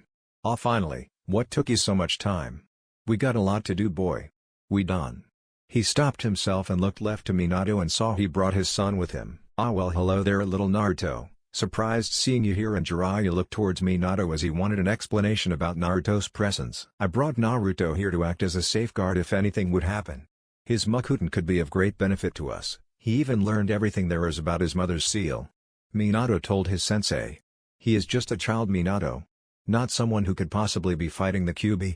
That's our job, as adults," Jiraiya said, small frustration leaking out of every word. Minato just signed and answered his sensei. "I know we talked about this, but I know he is ready. And I could not stop him from helping if I wanted to, you know how stubborn he is." He glared back at Jiraiya. "We may need him, sensei, and you know that as well. His Makuten is invaluable, especially in a situation like this. Even if the seal has been weakening the last few years, we will make sure it stays intact. Nothing will happen. Naruto does not need to be here," Jiraiya said, confident the seal would hold. "I know he is strong, but he is 8. He has no place fighting a fully released Baijuo. It's too dangerous for him." Jiraiya crossed his arms to show he did not approve of this. Minato and Jiraiya bickered back and forth for a while. During this time Naruto just stood there listening to the bickering adults. He started to get frustrated. "Why are they talking about me as I'm not standing right here?" Naruto decided to speak up when he was tired of the useless bickering. "I'm standing right here, you know," Naruto said, and both adults stopped talking. "I understand your concern, Jiraiya, but you have to understand this is about my family's safety," Naruto said as he glared at both adults to get his point across. "If there is even a small risk of the seal failing and the Kyuubi getting free, there exists no authority in this world that could hold me back from doing my utmost to protect my family. I will be present during the birth, and that is final." He held their gazes until he saw there were going to be no more words spoken of this. Then he walked himself inside the cave through the door. "You said stubborn, right?" Jiraiya said as he looked at Minato. Minato just shrugged his shoulders and walked after Naruto. Jiraiya waited just a while longer, thinking about the upcoming events. "I have a bad feeling about this," he thought. Then he signed and walked after father and son. When Naruto enters the cave, it is much bigger than he would imagine. In the middle of the big one-room cave was some kind of altar-looking table that had seals all over inscribed to the stone. He figured that was the place his mom would lay as she gave birth. He then let his eyes travel around the room. The walls were lined with sealing patterns all over and he could not see any entrance except the one they came through. He noticed that almost all the seals were some kind of containment seals. This place must have been designed for sealing of a Baijuo or other strong and dangerous chakras, he thought. He saw Kakashi standing by a table looking at some papers. He looked like he was in deep concentration. "Hey Kakashi-san," he shouted at him. He got no answer. "Huh? Wonder what he is doing," Naruto thought. "He won't notice you, Naruto. He is checking out the connections between all the seals around this place to find if something is amiss. He has already been at it for 2 hours now. He should be done in a few minutes," Jiraiya told him. "All seals are placed now. Now we only need to make sure we did not miss anything." "So that's what he is doing." Jiraiya then sat down by a table and told Naruto and Minato to join him. "I have already checked the connections once, but had Kakashi-san do it a second time. Can never be too sure," Jiraiya said as he leaned back in his chair. "I could not find anything wrong. This place is the most protected and well-hidden location in the world if I would have to guess." "But there could always be complications?" Naruto asked. "You are right there, Naruto. Even if this place is as protected as it is, you should never take your guard down. This is why we are doing all these preparations," Jiraiya answered Naruto. "So what are we to do now?" Naruto asked, wondering why he was here now and not just when it all started. "After Kakashi-san is done, we will check over his findings. Then we have to bring Baiko and her personal assistant here. We also have to set up the Anbu patrol outside as well," Jiraiya said. Just as he finished speaking they could hear a grunt coming from Kakashi's direction. He looked spent. "Done," was all Kakashi said, and he came to the table where they sat. "So?" Minato asked his student. "I could not find anything odd or out of place in connection to the seals. I think we are all good to go," Kakashi answered his sensei. He looked towards Naruto. "Well, hello there, Naruto-kun. Did not expect to see you here." Naruto smiled at Kakashi. Hi Kakashi-san. I just decided you probably need my help, that's all. He felt a little smug saying that. Is that right Naruto-san? Well, I guess with your Makuten, we could all feel a little safer, Kakashi said and smiled down at Naruto. HMMPFH, Jiraiya said with arms crossed. I still think this is a bad idea, he said as he looked towards Minato. Children should not be fighting, by Juicy muttered. Drop it now Jiraiya. We talked about this. Most likely he won't need to do anything anyway, Minato said, tired of having this argument with his sensei. He was glad that he saw Jiraiya would not speak on the matter more and just sat there looking grumpy instead. Anyway, I will go and set up the Anbu patrols, Kakashi told them as he stood up. He walked towards one of the walls in the cave and just walked straight through it. He must have been given free access to this location, Naruto thought. No wonder, he is one of the strongest in the village and was Dad's student. He trusts him, and so do I, Naruto pondered. Suddenly there was a small poof of smoke at the table they were sitting at. And when the smoke disappeared they saw a small toad sitting there. Minato-sama. It's time, the small toad said. Thank you Gamaki-hiro, Minato told the toad, and then it disappeared again. It's time for what, Dad? And how did that toad get in here? Naruto said to his dad as he was confused about both what the toad had said and how he got in here. Your mother is having the babies any time now, so we better hurry up. And as for how the toad got in here, we made modifications so the toad summons can pass the barrier. It's convenient for fast communication, Minato answers his son as he stands up. Jiraiya also stood up. I will go fetch Baiko and her assistant. And then check up on Kakashi and the Anbu patrol. You go and fetch your wife, Minato. He started to walk towards the wall to exit in the same fashion as Kakashi. Take a breath, Minato boy, you will soon find yourself in a lot of trouble with two new children. He smiled and then disappeared through the cave wall. Minato stood up as well and started to walk towards one of the walls. Stay here Naruto. There is a box over there, he said and pointed. There is battle gear there you can change into. It's the normal Anbu gear, so I think you will find it acceptable. He looked at his son for a few seconds then said, hope you are prepared to be a big brother Naruto. He smiled at him then started to channel chakra to open up the barrier. Be back soon, and then he went through the wall. Naruto was left alone in the big cave. He went over to the box to check out the battle gear. He took out the gear and held it in front of him, inspecting it. This should definitely fit. Looks kinda cool as well instead of the normal Chunin outfit. Maybe I should apply to the Anbu after all of this is over? He thought to himself and then put on the gear. Soon 4 people came through the wall. It was Jiraiya, Kakashi, Baiko and her assistant. Naruto greeted everyone, and Baiko glared towards Jiraiya as to ask what the hell is Naruto-kun doing here? Jiraiya just shrugged his shoulders. She had no time to ask him about it, so went to prepare for Kushina's arrival with the help of her assistant. Jiraiya and Kakashi sat down by Naruto and started to talk between each other about all possible scenarios that could happen and what was to be done about them, just to make sure everything was clear in their minds. During their conversation Naruto started to understand how much that actually could go wrong, and he felt dread rise up inside of him. He hoped he had trained enough. No time for doubt now, I will do my part, he thought as he tried to push away any feeling of doubt. But just like Jiraiya, he had a bad feeling about the events soon to take place. Looking cool there Naruto-san, looking like a true Shibi Anbu, very cute, he winked at Naruto. He really liked to tease little Naruto from time to time.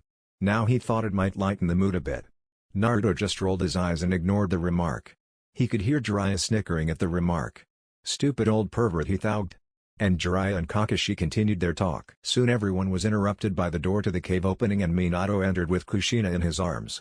He had to carry her all the way here as he could not teleport both of them in her current condition.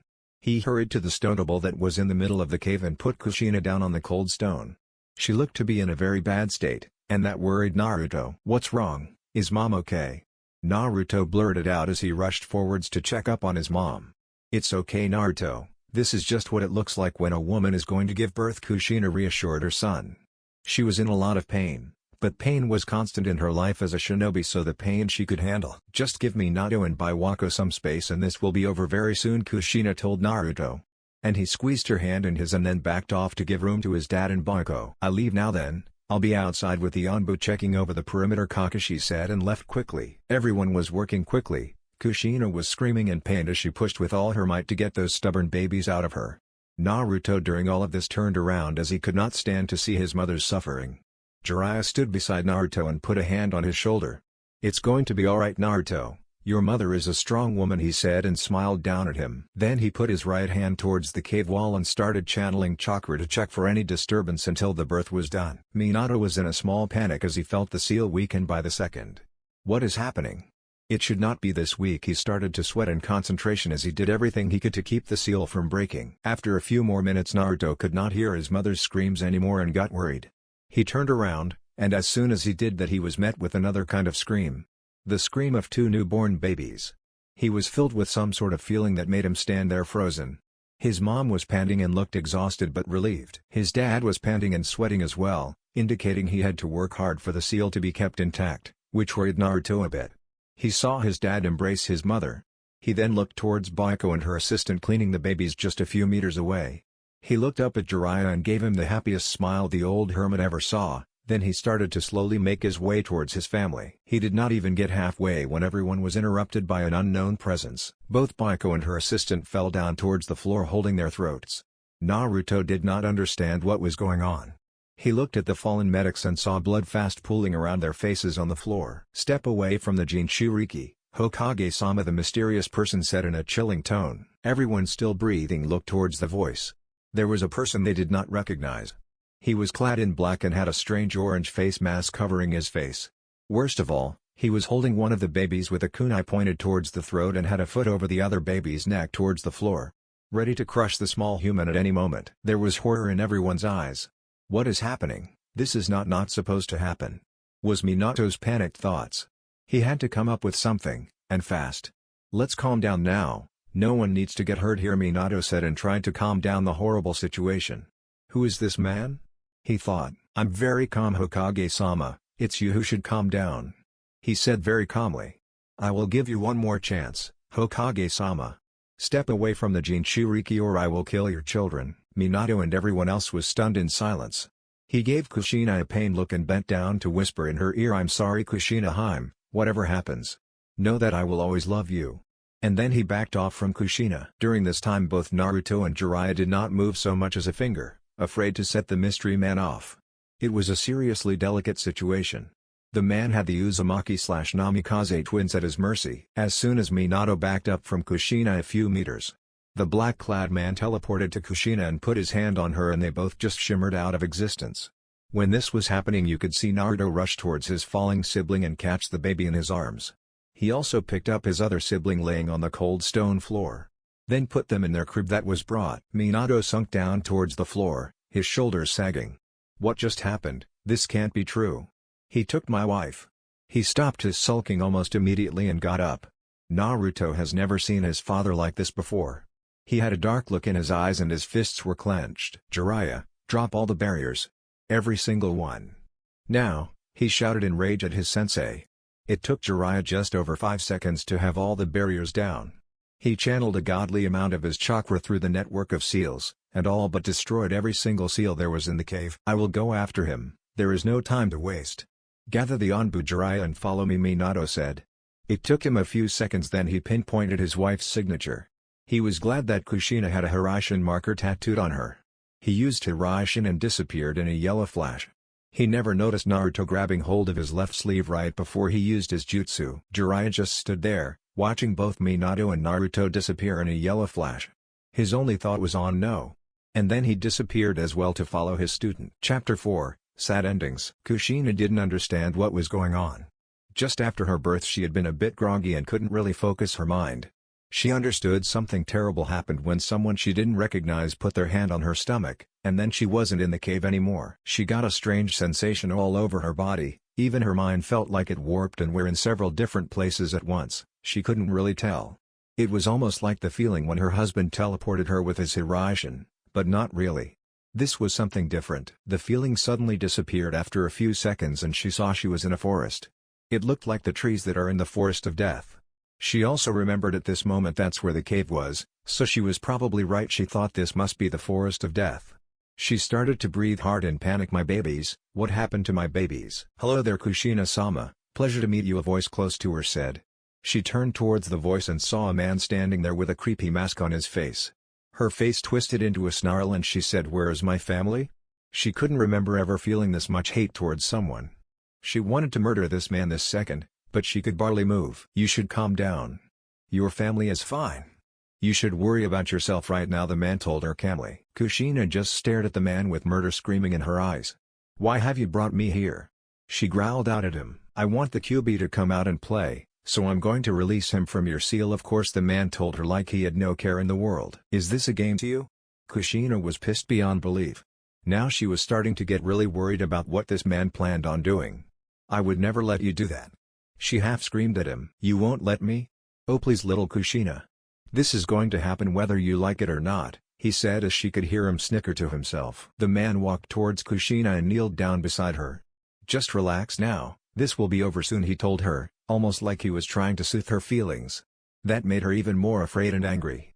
What the hell is wrong with this person? She thought. He put his hand on her stomach where the seal was located. "What are you doing? Get your hands off me." Kushina started to scream in panic. "This will only take a few seconds," he said calmly as he ignored her screams and started to channel chakra into her seal. Kushina could feel the QB inside her thrashing violently. "Is this really happening? I'm dead if he gets free, and so is the whole village," she thought in panic. She had no energy to fight back, and that really pissed her off. She felt helpless. A few meters away from them, there was a big yellow flash. Kushina turned towards the yellow flash, hope filling her eyes. The man just kept doing whatever he was doing to Kushina's seal and ignored the incoming people. Kushina saw her husband standing there and she felt relieved. Then she saw another person, a much smaller one. "Oh my god, what is Naruto-kun doing here?" she thought. "Stop whatever you are doing to her," Minato said with as much authority he could muster.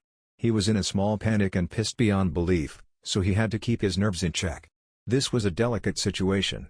He briefly looked towards his left and saw that his son had tagged along. "Damn it, Naruto, this is too dangerous for you," he thought as he was scared for his son now as well. No time to scold Naruto now, so they just had to make the best of the situation. "I told you to stop what you were doing, and step away from her," Minato said again, almost shouting this time. The stranger turned his head and looked straight at the Hokage with his only hole in the mask revealing a Sharingan. Sharingan? Minato thought in a small panic. This is no person from the village. I would recognize their chakra signature. Who is this? "No need to shout, Hokage-sama, we are all civil here," he said calmly. Just from his voice alone you could imagine his smirk under that damned mask of his. "It's alright though. I'm done anyway," he told them as he stood up and faced the Hokage and his son. "What have you done?"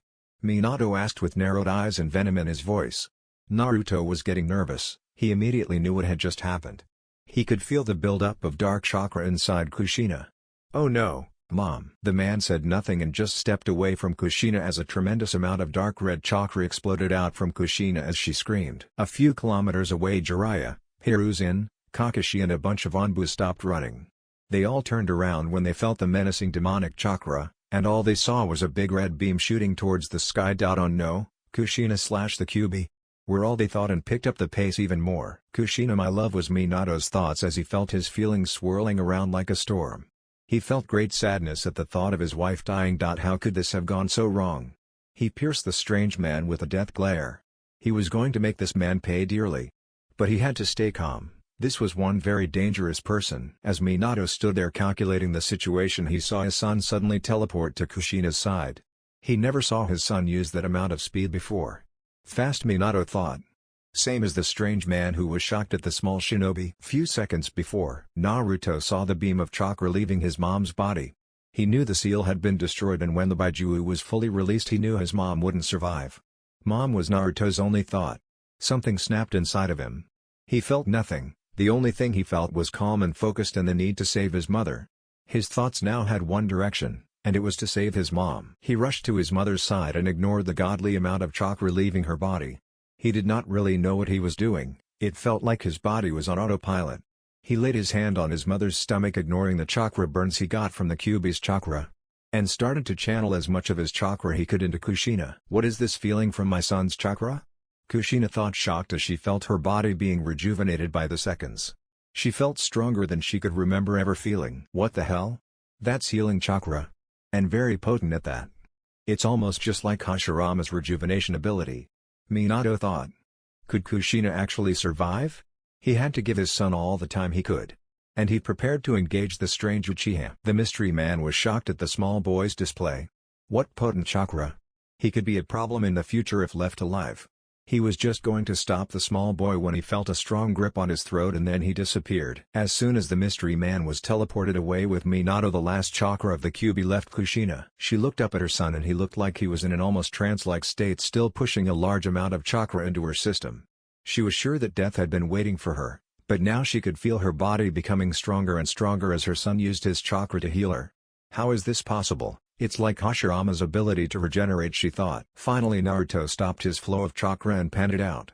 Kushina looked at him with a smile. "Naruto," she said, lost for words. Naruto just looked at her. "Hi mom, can't let you die now, can I?" He gave her a smile, then hugged his mother and started sobbing as he buried himself into her right shoulder. "It's okay Naruto, I'm here now. I'm fine." "Thank you," she said as she stroked Naruto along his back to calm him down. "I thought you were going to die," and something snapped inside. "I'm not even sure what I was doing," Naruto said between sobs. Their small reunion was cut short by a tremendous and vicious growl that must have been heard by all in Fire Country. Both mother and son snapped their heads towards the growl and saw the big demonic form of the Kyuubi standing there in all its glory. It was just a few hundred meters away from where they were sitting on the ground. The killing intent was almost suffocating. They both looked at each other. No words had to be spoken as they both knew what needed to be done. And they sprung into action. Kushina was relieved her body worked again, and she even felt stronger than ever before. She wasted no time and made some quick hand seals and shouted hidden jutsu, adamantine sealing chains. Big chains glowing with orangish color shot out from Kushina's back at an impressive speed. The chains flew in a straight path towards the Kyuubi, and when they were close they wrapped themselves around the big demon fox and bound him in place. The Kyuubi trashed violently against Kushina's chains. Naruto wasted no time being impressed with his mother as he never saw her use her adamantine chains before. He rushed straight towards the bound Kyuubi as he knew he had just a small window. He intended to suppress the Baiju's chakra, but he had to hurry. He saw his mother struggling and knew she would not hold him for long. As Naruto ran he made a long series of hand seals, and when he was close to the Kyuubi he shouted Hokage Shiki Jijin Jutsu, Kaku and Nitten Suishu, and he placed his right hand on Kyuubi's body made of just dense chakra. The Kyuubi made a mighty snarl and tried to break the chains. Naruto noticed his technique working, and it filled him with hope. Just then he heard something hard snap and he looked up towards the massive beast. He saw his mother's chains starting to break apart from the massive power the demon possessed. "Oh shit," was Naruto's only thought as just a second later something massive hit him all over his small body and he flew away hundreds of meters into the forest, disappearing from Kushina's view. "Naruto!" Kushina screamed after her son in horror. She just witnessed one of Kyuubi's massive tails smash into Naruto, sending him flying into the forest. She was livid. She thought her son died just now. She held her head with both of her hands and just screamed out all the pain she felt. She tried to renew her effort to bind the beast with her chains but noticed it was futile. She just lost her firstborn son. And she broke down and cried uncontrollably as her last chains fell off the Kyuubi. "Kushina-sama!" She heard a shout behind her. She wiped away her tears and turned around. There stood Jiraiya, Hiruzen and Kakashi with a few Onbu as well. They all ran towards her. "What happened, Kushina? Where are Minato and Naruto?" Jiraiya asked as he did not see either of them here. Did Minato not teleport them to Kushina? He wondered. They could all see that Kushina did everything to not break down then and there and answered Minato used his Hiraishin to teleport away with the masked man, she told them. And Naruto was. She could not finish the sentence as she looked down and started to hyperventilate. "What Kushina? What happened to Naruto? Where is he?" Jiraiya pressed Kushina as he was starting to get a really bad feeling. She did not answer. He grabbed her shoulders and shook her to snap her out of her panic. "Where is Naruto?" Jiraiya yelled towards Kushina. He knew she was hurting, but he needed her to answer him. She looked up towards Jiraiya and the rest with bloodshot eyes. "Is dead. She managed to get out. The Kyuubi killed my son." And she fell face first on the ground unconscious. "Dead?" They all thought in horror. This can't be, he was not supposed to die here today. They were all interrupted in their thoughts by the Kyuubi growling and getting ready to destroy everything they hold dear. Kyuubi had now regained all its strength and was towering over them like a big mountain ready to crush them all. "Get ready," Hiruzen said and got in a battle stance. They had to do everything they could to stop the Kyuubi from reaching the village. At least until Minato could seal it again. No one was able to seal the beast except for the Yondaime or maybe Kushina, but she was out for now. Kyuubi noticed the new people down by his previous jailer. He turned towards them and snarled. He lashed out with all his tails at once towards them, intending to crush everyone in one mighty smash. All those down by Kushina did not expect such an attack and did not really have any defense for it. All they could do was try to run away from the impact. Jiraiya grabbed hold of Kushina as he prepared to shine out of there. "Everyone take cover, fast," Jiraiya said. Some of the Anbu were not fast enough and saw the tails closing in, thinking this was it. The rest now stood 100 meters away from the soon-to-be impact zone. They all saw the tails closing in, intending to crush those poor Anbu. The tails suddenly stopped moving towards them and the whole form of the Kyuubi was forcefully smashed towards the ground, making a sound resembling hundreds of explosive tags. The whole place was covered with smoke and debris. What the hell just happened to the Kyuubi? Everyone thought in shock and confusion. They all got their answers as the smoke cleared to reveal the Kyuubi laying there in front of them, snarling something crazy with what looked like big vines covering its whole body. That's... One of the Anbu started but could not even finish. Jiraiya, Hiruzen and Kakashi all smiled. "That's right, Gaki. Pound his ass to the ground," Jiraiya yelled out towards the figure standing beside the struggling Kyuubi. There beside the Kyuubi stood Naruto in all his glory. He took a massive hit before, but was fast enough to coat his body in a protective layer of chakra to lessen the hit. To all the adults it looked like Naruto was glowing with green chakra. Is he using Sage Mode? Jiraiya wondered. Naruto turned around towards the adults and they all saw strange black markings on his face and a red color around his eyes. Definitely Sage Mode. But how? Jiraiya thought. Then Naruto shouted, "You guys should get away from here and take my mother to safety. I will handle the Kyuubi," he said calmly. "Also, I think my father is fighting that other guy. You should find him and help him out." Hiruzen was shocked but also proud. He felt nostalgic at the moment as watching Naruto brought back memories of one of his late senseis, Hashirama Senju. "You remind me so much of him," young Naruto the third Hokage thought with a smile on his face despite the situation. "What are you saying, Naruto? Are you crazy?" Jiraiya yelled out.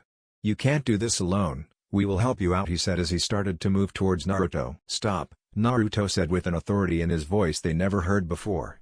"Leave now while you still have time. Get my mother to safety and find my father. Now leave." He yelled out the last part. "You can't possibly think we are going to leave you. A child to fight the Kyuubi himself?" Jiraiya was getting annoyed and pleaded with his godson. "Think about this for a second, Naruto." Jiraiya got a look from Naruto. His eyes were sad but confident. There was a fire in those eyes. "Please, Jiraiya," Naruto said in a low tone to his godfather. Jiraiya felt a hand on his shoulder and looked at who it was. "He will be alright, Jiraiya-sama, let's put our trust in Naruto," Kakashi said as he smiled at the hermit. "What are you planning to do, Naruto-kun?" Hiruzen inquired. "I plan on sealing the Kyuubi into myself. I made my own seal, designed after my mom's." He looked towards his mother's unconscious form. "This is the only way, and I'm the most suited person to become its new Jinchuriki." He looked towards Jiraiya and said, "You know this to be true." Jiraiya could not find words to counter Naruto's claims. He had a strong body and spirit. He knows Makuten and sealing. He was an Uzumaki. There was no better person to hold the Kyuubi. He looked towards Naruto with sad eyes and said, "I'm sorry, Naruto, it had to come to this." "Don't be sorry," Naruto said calmly. "Just hurry up and find Dad, now leave. Be careful, Naruto, and come back alive. Otherwise your mother will kill me," Jiraiya said, and then the group left Naruto there in the woods alone with the Kyuubi. Naruto stood by the Kyuubi's head that was being pressed hard towards the ground by Naruto's vines. "Never thought Sage Mode would feel this great," he mused as he flexed his fist like he was testing his own powers. He looked down and locked his gaze towards one of Kyuubi's eyes. "Just you and me now, Lord Kyuubi," Naruto said in a calm voice. The Kyuubi trashed and tried to break the vines. "Some puny little child can't wish to hold me for long," the great fox said in a menacing voice. Then Naruto noticed his vines starting to break slowly. "See? I'm going to devour you, child," the Kyuubi said and made a mighty roar as all the vines pulverized as the Kyuubi expelled big quantities of chakra from his body. Naruto jumped away from the exploding chakra and wasted no time going through a set of hand seals. "Let's try this out then," and shouted Makuten, Mokujin no Jutsu. He was glad he happened to learn Sage Mode on the fly as this technique required a lot of chakra. And he pumped the technique full of natural energy. From the ground something grew at an alarming pace. Soon the whole village could see a gigantic humanoid tree creature standing there in the forest beside the great Kyuubi. The creature wasted no time. And as soon as it was summoned by Naruto it started to assault and battle with the Kyuubi. Naruto then made one hand seal and shouted Kage Bunshin no Jutsu and summoned 3 copies of himself. "Spread out. You know what to do." The copies rushed off and formed a box-like pattern around the Kyuubi. Now, the original Naruto thought the command and his copies obeyed. All around the Kyuubi wooden pillars shot upwards hundreds of meters and then started to bend around the beast to form some sort of dome. "I will not be sealed again." The Kyuubi roared out towards Naruto as it tried to break the bindings. Naruto ignored the great beast's thrashing and walked towards the Kyuubi again. Good thing I modified the 8-trigram sealing method. Otherwise I could never do this alone, Naruto thought as he walked calmly towards the Kyuubi to finish this. He was now standing in front of one of Kyuubi's big eyes once again. Kyuubi just glared at him, he could not move an inch. Is this the child father talked about? The Kyuubi thought as he could not help but admire the strength of this small human. Naruto did not bother wasting time saying anything to the beast and just went through a long series of hand seals. Makuten, 8-trigram sealing method, he whispered as several hands made of wood shot out from his stomach, grabbing hold of Kyuubi's fur. The fox could feel his power diminish and saw a stream of his chakra floating into the small human at an alarming speed. Now there was almost nothing left, the Kyuubi was now the size of a small house instead of a mountain. Naruto made one last pull on the fox's chakra and the Kyuubi was gone. He had successfully sealed the beast inside of himself. The pillars and the big humanoid creature all disappeared and Naruto let out a breath. That was much easier than I thought it would be. Considering he could feel the Kyuubi inside of him. With his modified Makuten sealing method, the fox would not have any power or influence over him. That was the idea at least. He looked around the place where he stood and saw the total destruction of the forest.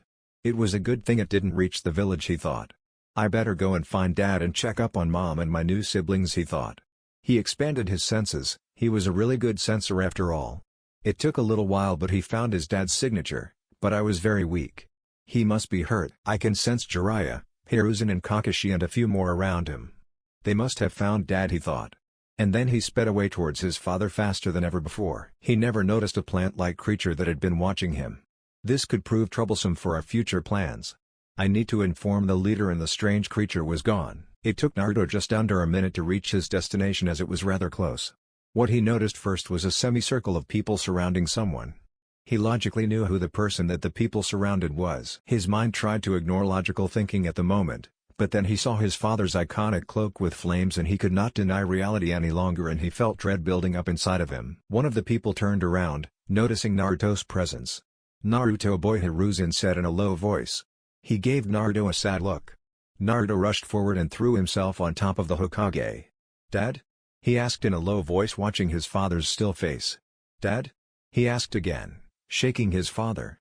He got no answer. He started pounding his fists against his father's chest, trying to somehow wake him up as he screamed. Everyone was watching Naruto trying to wake up his dead father. It crushed everyone's spirit to see the small boy desperately trying to wake his father.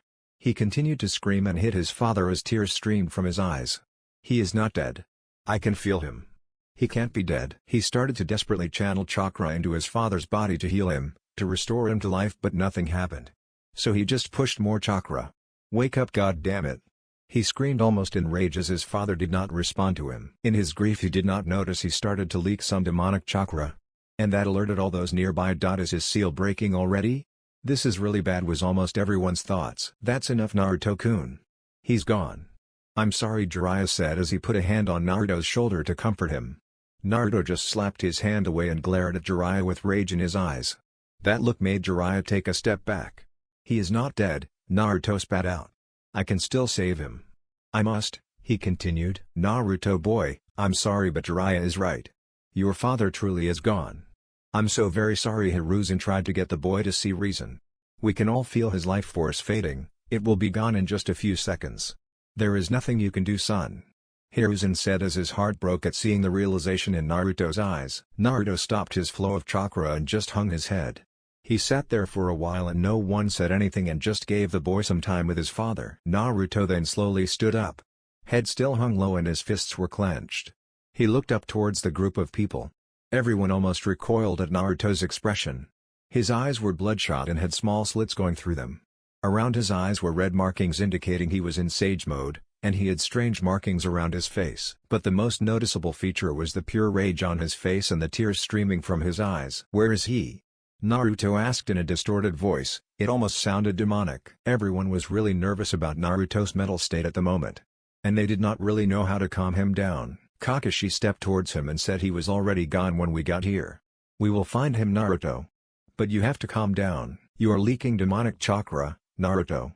Try to calm down before you do something stupid. You have to check up on your mother and siblings, right?" Jiraiya said as he was trying to calm the raging Naruto down. They could feel Naruto's chakra building up more and more and he turned around looking into the forest. "I will find and crush that man. He snarled to no one in particular with so much venom in his voice they could almost see it dripping from his mouth. And then he just shot off into the forest, disappearing before anyone could react. Damn it, he is not himself right now. We have to go after him, Jiraiya said, panicking as he looked towards the others. Kakashi, you and Jiraiya follow Naruto and make sure he does nothing stupid, Hiruzen said as he signed at the whole situation. Konoha suffered a major loss this day. But Naruto just lost his father. There is no telling what will become of this. I will go and inform the Shinobi Council of everything that happened and then I will see Kushina and explain everything, Hiruzen said in a sad voice. Hurry now before he gets too far, he added. Kakashi and Jiraiya looked at Hiruzen and nodded, then they were off chasing a crazed and heartbroken Naruto. Hiruzen just stood there for a while and looked out into the forest. Bring him back. Kushina needs him now more than ever, he thought sadly. He looked towards his predecessor and sighed. I should be the one laying there. I'm sorry I was not faster, Minato boy. He turned towards the Anbu. Let's get back to the village. I will carry Minato's body, he said as he then picked up the Hokage's dead body and started to make their way back to the village. Inside the village in one of the hospitals dedicated to Shinbis, Kushina just woke up. She sat straight up wondering what happened. Then her memories returned like a tsunami hitting her face and she screamed out Naruto. In panic. She heard screams beside her and turned around. My babies, she cried out and picked up both her newborns and almost crushed them with her motherly hug. Then the door shot open. Kushina-sama. I heard screams, are you alright? A nurse came rushing in and asked. She saw Kushina sitting there with both her newborns in her arms and she was crying. My baby boy. I lost my baby boy, she cried out in despair. What do you mean, Kushina-sama? You mean Naruto-sama? The nurse asked, confused. The Kyuubi killed my son.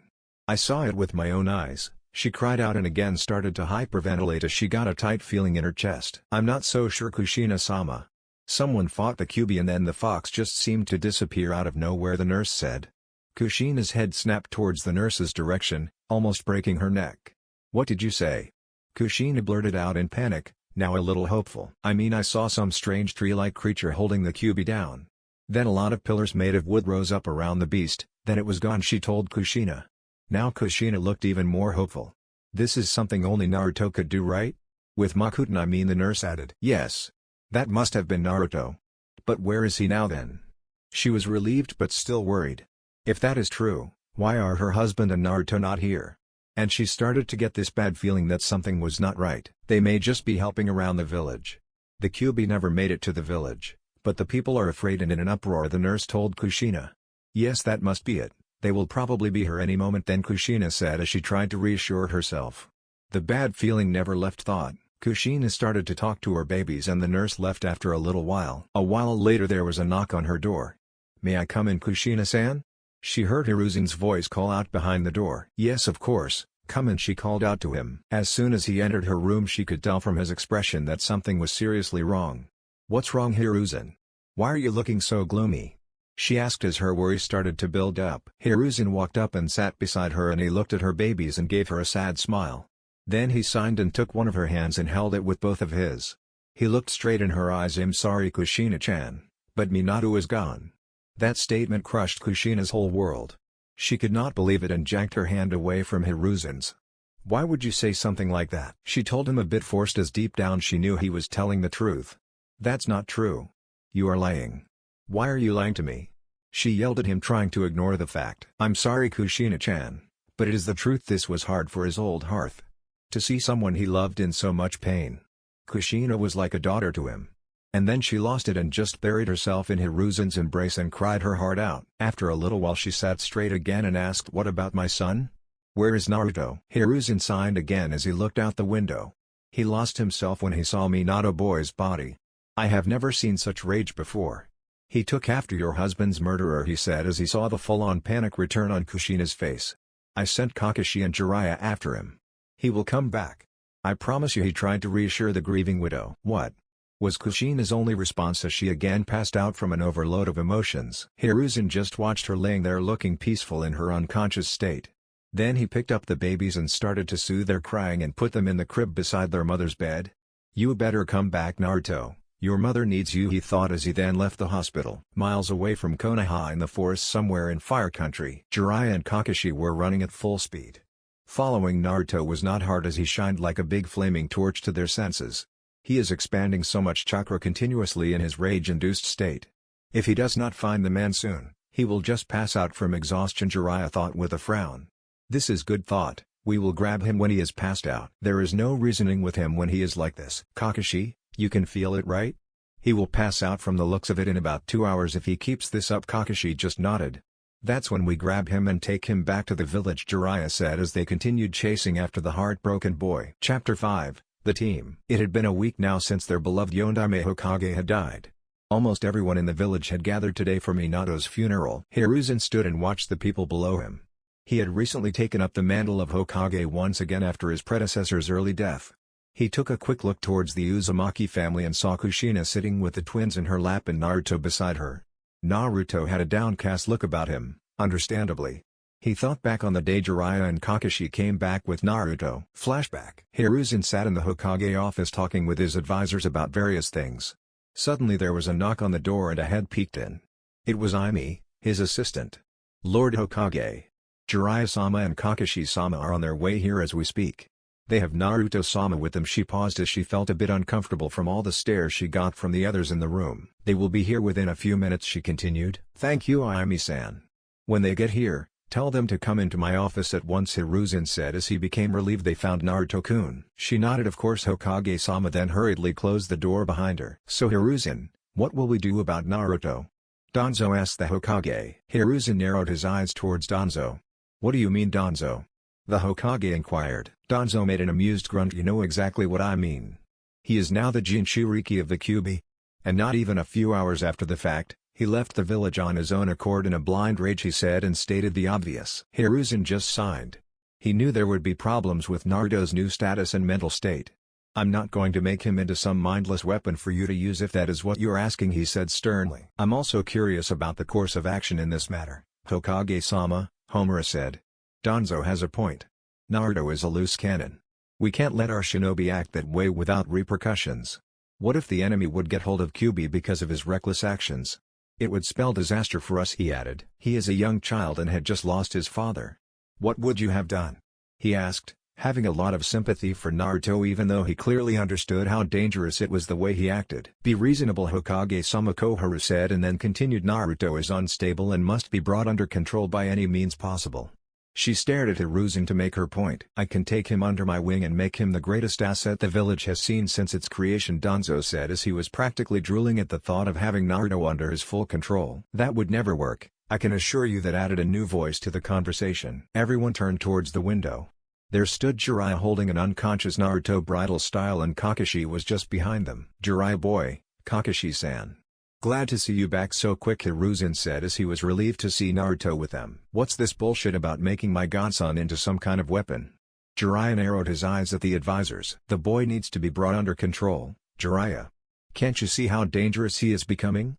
Homura said in a stern voice. This little guy here? Jiraiya said.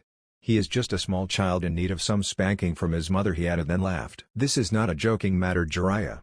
Koura practically shouted at him. A small child that has the power to seal the Kyuubi by himself, and that's not even considering his other strengths, Danzo said as he was feeling him losing this battle over Naruto. He needs someone that can teach him self-control and authority. And you would be that person? Give me a break, you old mommy. Jiraiya rolled his eyes at the Warhawk. Danzo never showed emotions, but he was starting to get pissed off by the Toad Sannin. I'm exactly the person that Naruto needs, he said. I would rather eat a pile of glass than let you of all people get their hands on Naruto, Jiraiya spat out towards Danzo. That started a shouting match inside the office. Meanwhile, Hiruzen just sat there with a growing headache. Damn you, Minato, for making me take this job again. He sighed. Silence. Hiruzen growled out, tired of the bickering. You all bring up valid points. But I agree with Jiraiya. We are not making Naruto into some kind of mindless drone, he said, and waited for their reactions. When no one said anything, he continued. He is young, so we will give it time and see where his development leads. He got Jiraiya and Tsunade training him on occasions. They will impart onto him the values of a Konoha shinobi. He told them. So you are just going to leave it up to chance? This is beyond reckless, Hiruzen, Koura said. Before he could answer, Kakashi raised his hand. If I may, Hokage-sama? Hiruzen looked at Kakashi and said, speak your mind, Kakashi-san. I could take Naruto under my wing as a sort of apprenticeship. I know he is very close friends with Itachi and Shisui Uchiha. If they want to join the Anbu, I could lead them as their captain. You know, this sort of team would bring great benefit to the village and our reputation. He ended his small proposal. Chattering started between the advisors at the intriguing proposal. Jiraiya just turned to Kakashi and gave him a wink and a thumbs up. Meanwhile, Hiruzen was in deep thought. This would possibly bring forth the greatest team in existence with all that potential. But then there is Naruto's mental state to consider as well. That's a great proposal, Kakashi-san. I will look into this possibility. I will have Inoki look into Naruto's mental state, and whatever he concludes will make my decision. Danzo just muttered as he was pissed. Now he had to find another way towards controlling Naruto. Damn you, Kakashi. He thought, if there is nothing else, this meeting is over. You may leave. Except for you, Jiraiya and Kakashi, the Hokage said. And his advisors reluctantly shuffled out of the office. As soon as the door closed, Hiruzen asked, so how is he? Referring to Naruto still being held by Jiraiya. He just passed out from chakra exhaustion. He should be fine with a few days of rest, or he may even recover faster now with the QB sealed inside of him.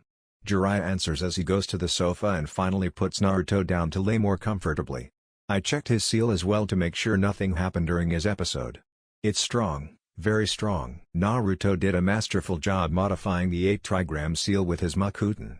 Jiraiya added as he had a proud smile on his face. Hiruzen nodded and said that's good news, and then added, his mother is worried sick, so you should probably get him there soon, Hiruzen said as Jiraiya came and sat in front of his desk. I already sent a Dodo away and told her we would be there soon, Jiraiya answered. You both saw his chakra, right?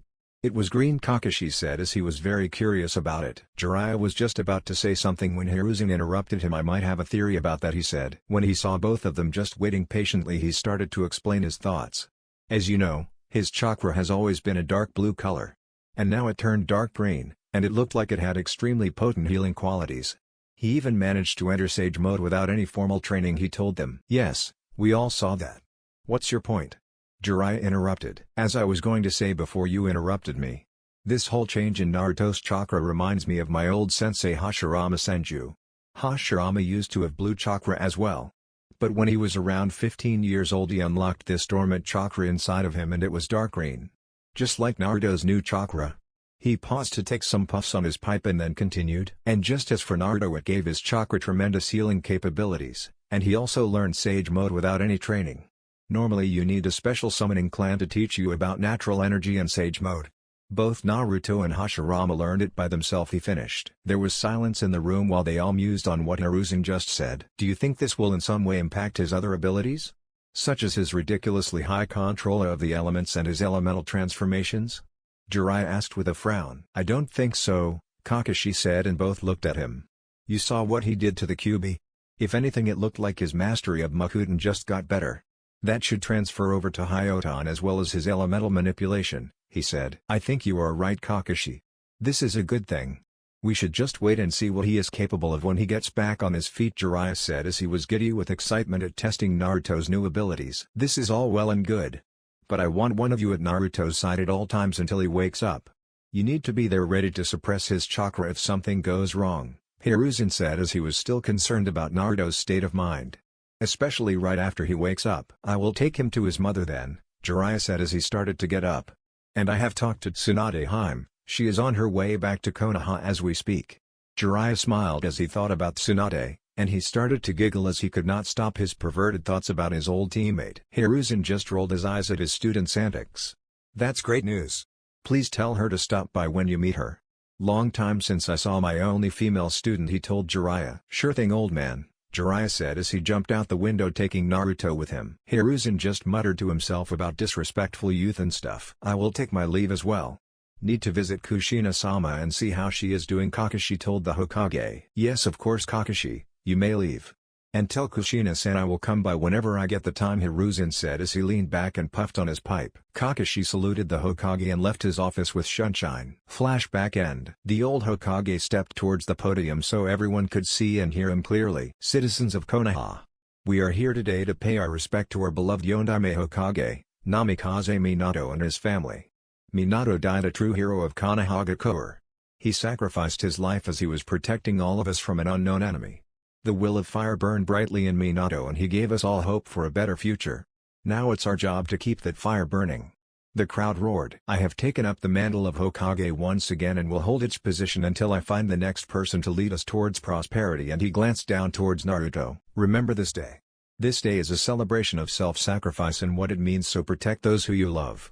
Minato offered his life for his family in this village. Let's take heed of his selfless action and let us carry the will of fire in his image. He ended his speech and the whole crowd erupted in applause and cheering. Then someone in the crowd shouted Minato, and everyone followed and started to chant his name. Hiruzen stepped back from the podium and looked at the crowd chanting Minato's name. The will of fire is still strong, he thought as he felt a warm pleasant feeling filling him up. Kushina felt tears filling her eyes as she heard the crowd chanting her late husband's name. She turned to Naruto and asked him, "Are you okay, Naruto-kun? Do you want to go home?" "That's okay, Mom. I'm fine," he said with a small tear in his eye. "It's just weird how they are chanting Dad's name. They themselves have never had to sacrifice anything. And now they are cheering for something they don't even understand," he said bitterly. She looked at her son with a sad smile. He took his father's death really hard, and Naruto was still so young. He did not really know how to handle these kinds of emotions. It would take time, she thought. But he had to come to terms with his father's death. "Let's go home, Naruto-kun," Kushina said as she took his hand. And they silently left the cheering crowd behind and made their way home. Jiraiya, who stood by Hiruzen, saw the Uzumaki family leave after the speech. He could not help but think back to when Naruto woke up. Flashback. "Uck my head," Naruto said as he groggily opened his eyes. "Where am I?" he thought. Then he heard his mother shout, "Naruto-kun, you are awake." And he sat up in his bed and noticed several people. There was his mom and his new siblings. He also saw Jiraiya and Tsunade standing there looking at him. His mother rushed to his bed and gave him a bone-crushing hug. "Mom, I can't breathe," he managed to get out between breaths. "Oh, I'm sorry, Naruto-kun," and she released her death grip on him. "But I have been so worried." She looked at him and she had tears of joy in her eyes. Then Naruto noticed a shift in his mother's expression. "Oh no, she looks furious," and he unconsciously tried to sink through the bed to get away from his mother's wrath. "What were you thinking, Naruto? Running after that man?" She was practically screaming at him. "I just lost my husband. And you decides to do something so incredibly reckless and stupid. What if I lost you as well? Did you ever stop to think about the rest of your family?" Kushina screamed. Then everything came rushing back to Naruto. Anger and rage started to boil up in Naruto once again. "He murdered my father," he yelled back. Then he felt a hard slap on his face.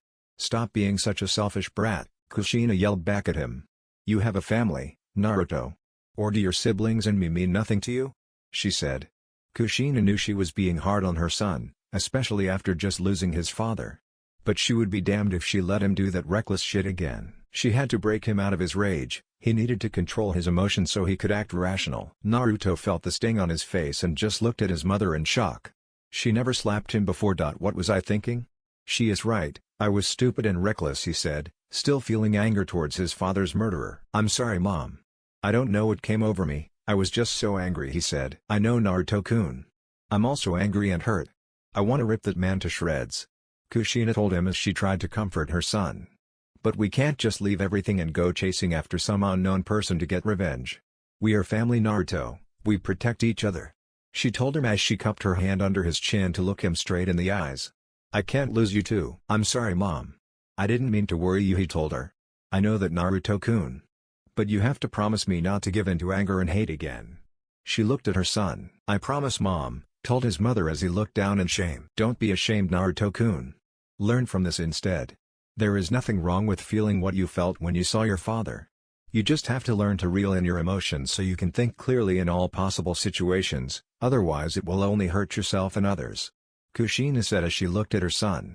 "Do you understand what I'm saying?"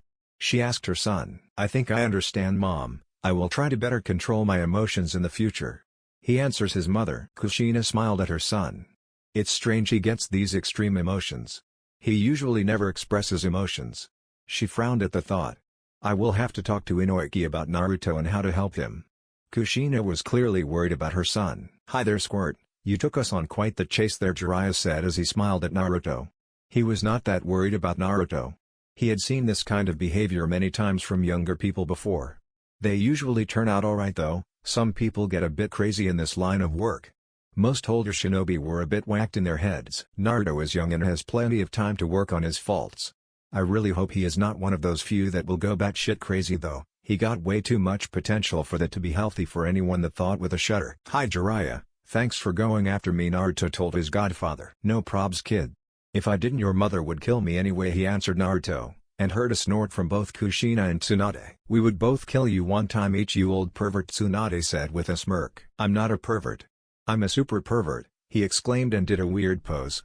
Everyone just rolled their eyes at him. He surely was one of the more whacked ones. "Glad to have you back," Gaki, Tsunade said, told Naruto, and Naruto, "Next time you do something so reckless and stupid again, I will personally make sure you remember your promise to your mother."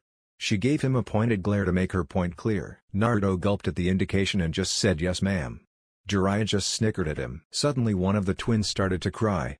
And that woke the other baby, and soon the room was filled with the sound of crying babies. Why are they not more like Naruto? He never made a sound. "Oh, the pain," Jiraiya said as he covered his ears in a dramatic way. "Oh, shut it, you crybaby," Kushana told him as she picked up one of her babies and let Tsunade take the other. And as soon as they were picked up, they stopped crying. "Say hello to little Mito," and she gave her to Naruto to hold. He looked down at Mito and she gave him a big smile and started to giggle. Naruto felt the connection instantaneously. He knew then and there he would do anything for his sisters. "She has red hair just like me and you, mom," he said, and smiled down at his sister. "As we had not noticed that already," Jiraiya said jokingly. Tsunade glared at Jiraiya for his poor taste in jokes anyway. "Here's your other sister Naori," she said as she put her down in the bed beside Naruto. Naori had bright blonde hair just as Minato had. "She looks just like Dad," he said and smiled. He felt the same strong connection towards Naori as he did Mito. "Mito and Naori, eh? I like those names." He thought out loud. "I have to get stronger. I was too weak to save Dad. I'm not letting anyone hurt my family again." He thought with conviction. Everyone in the room just talked and enjoyed each other's company for a while. Flashback end. It had now been 1 week after the funeral and Naruto had just left Inoiki's office. "How does it look?" Hiruzen asked. "Well, it's hard to say really. It seems that his emotions are almost like a double-edged sword. Somehow his emotions get amplified," Inoiki said, and saw the confused look on the Hokage's face. He continued, "Look at it like this. Whatever feelings he gets, it's like he almost gets lost in them. It's like his mind gets infected by whatever he is feeling. May it be anger, hate or love for his family and friends." Hiruzen frowned at that. "So what does that mean?" "I'm not really sure. But it seems his feelings are only connected to what he deems important. Such as family and his close friends. Whenever I try finding connections to his feelings about anything else, there is nothing. It's almost as if he has no feelings outside of his strong need to protect his family and friends." He told Hiruzen as he himself was a bit puzzled about Naruto's mental state. "It's almost like he has two different personalities. I can't explain it any other way." "That's troubling," Hiruzen said as he thought about what the head of the Yamanaka clan told him. "Troubling indeed," he said as he looked towards him in concern. "If I'm being honest, I would not clear him for active duty. At least not yet." "Is there any way to treat this?" Hiruzen asked. "I don't think there is, only time will tell," Inoiki answered the old Hokage. "This is not good. There is no way I can talk Naruto into becoming a civilian. I just have to roll the dice on this one and hope it turns out for the best. He got way too much potential to sit on the sidelines anyway," Hiruzen thought. "Do you think he could be a danger to his comrades or the village?" "I don't think so, not indirectly at least," Inoiki said. "You are thinking about making him an active shinobi again then?" he asked as he looked at the Hokage sitting there in deep thought. "I don't think I have a choice. I was hoping you would have good news," he said as he sighed. "He is already one of the strongest people in the village, and he is just going to keep growing. There is no saying how powerful he will become in the next few years. And now with the QB sealed inside of him as well. I can't and won't be able to let someone with that potential sit on the sidelines." He finished. "Just be cautious, Hokage-sama. As I said, I don't think he would ever hurt a comrade or this village indirectly. But there is no telling how he will react in certain situations." Hiruzen looked at Inoiki for a while, then said he got a spotless record, except for the incident with the Taki Shinobis. Then he remembered to ask about that. "Did you ever recover his lost memories of that incident?" "I'm sorry, Hokage-sama, but I could not find anything. It's just blank. It may have been some kind of emotional trauma he had. There's no telling what really happened," he told Hiruzen. The Hokage just sighed. "Well, we will just have to see what the future holds then. And keep an eye on Naruto-san's progress." "I thank you for this, Inoiki-san. But do keep this information to yourself. The information about his mental state can never get out, it would bring about a lot of trouble," Hiruzen told Inoiki with the authority of a Hokage. Inoiki nodded. "Of course, Hokage-sama." Hiruzen stood up and walked towards the door. And just as he was about to leave, he turned back towards Inoiki again and told him, "Congratulations on your newborn daughter, Inoiki-san," and smiled. "Thank you, Hokage-sama," he answered and had a proud smile on his face. He always wanted a daughter. In one of the Uchiha clan's training grounds stood 3 people. Do you feel any different now, with the Kyuubi in your gut and all? Shisui asked his friend. Nothing different really. I modified the seal so Kyuubi's chakra would integrate with my own slowly during time. So I think it will take years before I can fully utilize Kyuubi's powers. Mom never did as her seal locked everything down, her chakra never interacted with Kyuubi's, he told his Uchiha friends. Is that a good idea you think? Would that not mess with your own chakra? Itachi asked. I don't think so. As I made it so it very slowly integrates with my own chakra. And my chakra is and always will be the dominant one. As you know, I unlocked my dormant chakra 2 weeks ago, and let me tell you. It's strong. Ridiculously strong in fact. It can even help me regrow my limbs if I ever lost one, he said with a cocky grin. Wow, really? Shisui said as he was shocked. Only one person had ever had that strong of a chakra that he knew about at least, and that was their first Hokage Hashirama Senju. Yes really, Naruto said. Let me show you. He was just about to show off to his friends as another presence made itself known to them. Yo, the voice said. And they all turned towards the sound. Hi there Kakashi-san. Itachi was the first to greet the newcomer. Hello there Itachi-san. And you too as well, Kakashi said in a lazy way. I have a proposition for you 3 that I think you will find very intriguing, Kakashi told them. Naruto just smiled as he knew what Kakashi was going to say as he already talked to Naruto about it. And both Uchihas got excited about what he was going to say. I'm going to keep this simple. I have stepped down as the commander of Anbu. And I'm going to become a captain, and I want you 3 as my team. Both Uchihas were shocked. We as a team? How awesome wouldn't that be? Shisui thought. That's an interesting offer Kakashi-san, Itachi said in his usual stoic way. I would have to ask my father. That's no problem Itachi-san. I already spoke to all your parents and they gave me their blessings, Kakashi told them. Really? That's awesome, Shisui shouted as he pumped a fist in the air. So what do you guys say? He looked at them. It took no more than 2 seconds and all 3 said at the same time I accept. Kakashi smiled under his mask. Wonderful, he said. And just so you know, this will not be your ordinary Anbu team. As you are still quite young. We will focus more on training than super dangerous missions the first 4 years, he told them, and saw that they got a little disappointed. There will of course be missions. Dangerous ones as well. But me and the Hokage talked about forming this team for quite a bit now and we have something special in mind. He looked at them, now he got their attention. You 3 are no ordinary shinobi. You have vast potential not seen in a long time. We want to nurture that untapped potential and make you into a well-rounded strike force. He paused a bit then continued, as for how we will structure your training, we got something special for you guys. Both Jiraiya-sama and Tsunade-sama agreed to oversee some aspects of your training. And Naruto here even convinced his mother to train you guys in her own Kenjutsu-style Red Whirlpool. He finished. Wow was Shisui's only answer. He loved Kenjutsu and he liked Kushina a lot. So he really looked forward to learning from her. Kushina and 2 Sanins training us, this is a dream come true. He thought as everyone could see drool coming out from his mouth. Excited, I see, that's good Kakashi said and smiled. They already have great teamwork, this is going to be fun. Kakashi-san, if I may? Itachi asked. Kakashi just nodded towards him. Why would both Sanins agree to train us of all people? Itachi was excited, but he was curious as well. He never heard of the Sanins training anyone except for Jiraiya training Minato. As I said, you guys are special, and he smiled, and Naruto being the godson of Jiraiya and Tsunade being close family to the Uzumakis, that helped as well. Anyway, you guys will meet up with me tomorrow in Anbu headquarters at 06:00, and we will get everything sorted and planned out. He told them and they all nodded. So what do we call you now? Kakashi Taiku? Naruto asked. Kakashi Taiku, eh? Got a nice ring to it, he smiled. Yes Naruto. Either just Kakashi or Taiku. You will however get codenames in Anbu, which we always use to address each other while at duty. Now I must leave, Johnny, he said and used Sunshine and he was gone, leaving the 3 youths sitting there in silence. So, what do you guys think? Naruto asked his 2 friends. This is awesome. We are going to kick so much ass, Shisui exclaimed. He was beyond excited. You already knew about this, right? Itachi said. Yes I did, but I could not ruin the surprise. Now could I? He said with a smirk. I think we will be a formidable team in the future. I need to go home and talk to my father about this, Itachi said in his stoic voice. Let's cut training short today. I think I need some time to digest this new development, Shisui said as he was still shaking in excitement. Naruto just looked at his friend and snickered. I think that's a good idea. They said goodbye to each other and they went home to their respective families. They had a lot to think about. Tomorrow would be the start of a new chapter in their lives. Chapter 6, Anbu. Naruto, Itachi and Shisui stood in front of the Anbu commander. Lastly, you will now get your Anbu codenames. This is how you will refer to each other at all times while on duty. And you are never to disclose your codenames and your real identities to anyone, ever. The only people that can connect the codenames to your real identities are me, the Hokage, and your captain, and of course your teammates. He looked at the youths. Is that clear? Yes sir, all three answers. Okay then, let's start with you Naruto. Your codename will be Fox. He looked towards Naruto and he nodded in confirmation. The commander then gave him an Anbu mask that almost looked like a smiling fox.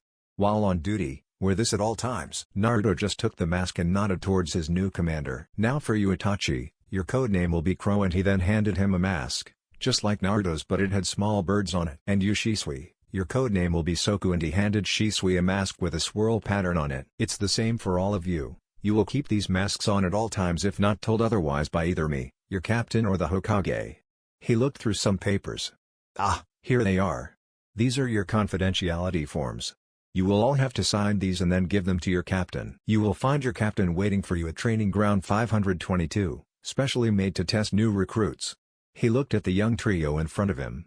The commander was giddy with excitement. He could not wait to see how these youngsters would develop. The untapped potential in these young men is astonishing, he thought as he smiled in his head, could not show emotions in front of his underlings after all. Dismissed, he ordered. Sir. They all said and saluted, and then they made their way towards their captain, who was waiting to test them out. They walked through the damp and dark corridors of the underground base. It's kinda creepy here, don't you think? Shisui asked the others. HN was Itachi's reply. Naruto just looked at his friend and rolled his eyes. What? Shisui asked. His friends just ignored him and kept walking. 6 weeks later. The only word to describe the scene was carnage. There were body parts laying everywhere. The mutilated bodies of several samurai and rogue ninjas from Earth Country.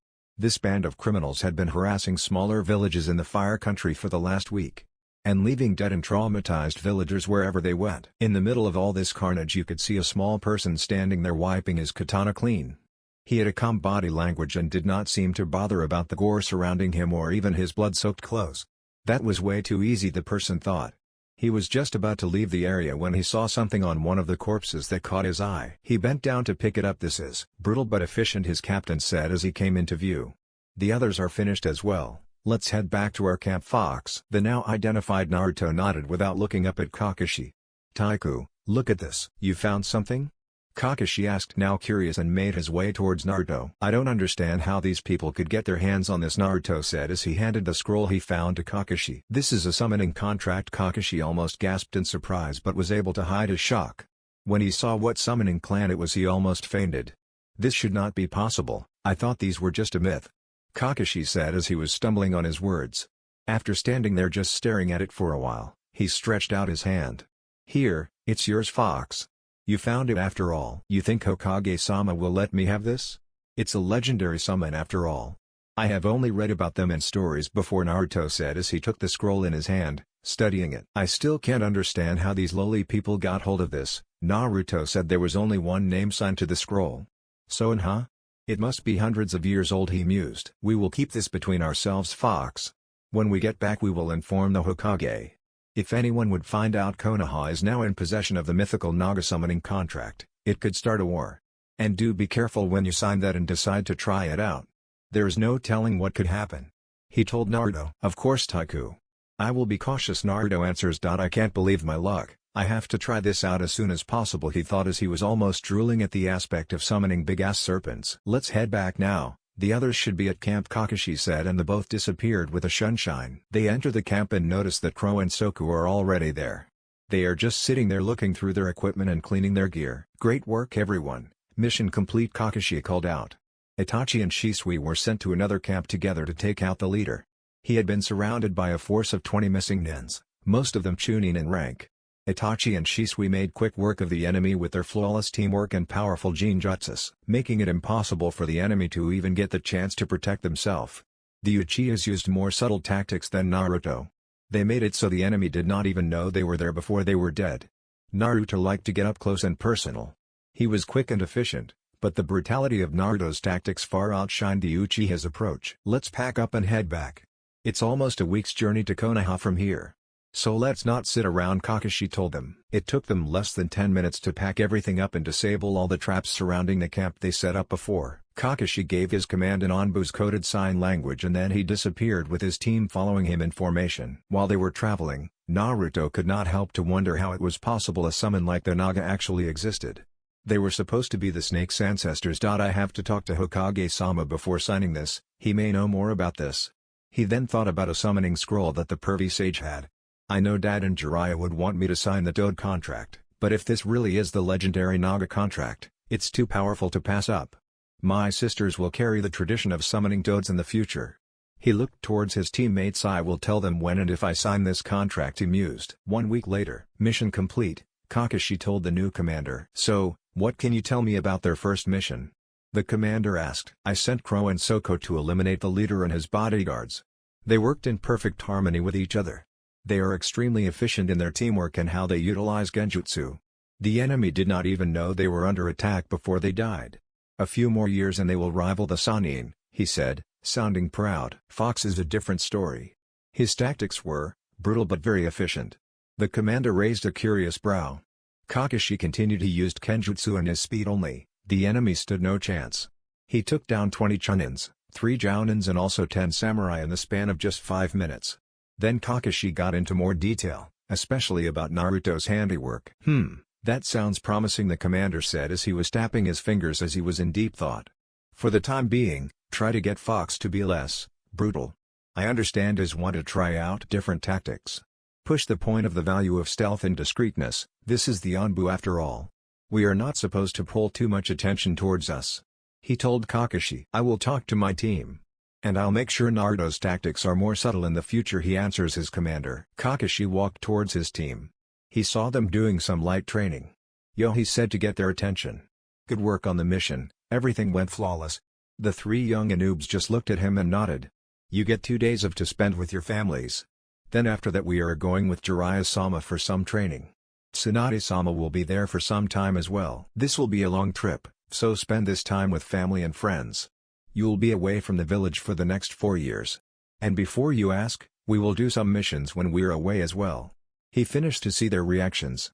Nothing, they just nodded. Great, no whining, he thought with a relieved smile. You are dismissed. Except for you, Fox, he told his team. Both Uchihas saluted their captain and then they were gone. We need to talk to Hokage-sama about your find, Fox, Kakashi said. Naruto just nodded in response and they both used Sunshine, and they were off to speak with the Hokage. Hiruzen sat in his office and he was bored. He looked towards the damn paper stack in front of him with all kinds of annoying stuff in need of his attention. How is it possible that it just gets bigger? This is some sort of curse or a really powerful genjutsu. Either way it should not be possible. He started grumbling to himself. Suddenly there stood 2 people in front of him. This did not startle the old Hokage as he was used to his Anbu just popping in whenever they had something to tell him. A Hound and Fox, what a pleasant surprise, he said and smiled towards both. Glad being pulled away from his awful work with all those papers. Hiruzen did a hand sign to dismiss his protection detail lingering in the shadows out of sight. When they were gone he asked, what brings you 2 here? And you can remove your masks. Both took off their masks to reveal Kakashi and Naruto. And Naruto had a smirk on his face, which made Hiruzen curious. Naruto-kun here found something very interesting on our latest mission, Kakashi said. Now Hiruzen was even more curious as Naruto had not dropped his very uncharacteristic smirk. Do tell, was everything the old Hokage said. Kakashi looked towards Naruto. Naruto understood it was his fine to explain. So he pulled out a scroll and gave it to Hiruzen. I found this on one of the bodies. A summoning scroll? Hiruzen said as he raised one of his eyebrows. Open it, and look at what clan it belongs to, Naruto told the old man, never dropping his smirk. Hiruzen opened the scroll and saw it instantly. He was beyond choked. He reached for his pipe with shaky hands. I can't believe it. You found it on a dead body, you say? He looked towards Naruto who just nodded. Yes, that's what I said. This is unbelievable, Hiruzen said, as he just sat there staring at the scroll. The legendary Naga summon, he mumbled. This is dangerous. It cannot become common knowledge that Konoha is in possession of the Naga contract. This would start the 4th Shinobi War. If the legends are even half true, this summon is an immensely powerful asset, Hiruzen said and looked towards Naruto. You want to sign it, don't you? If you allow it, Hokage-sama, Naruto answers. He studied Naruto for a while. This is very dangerous, Naruto-kun. We don't know much about the Naga summons, and what we know is only what we thought to be a myth.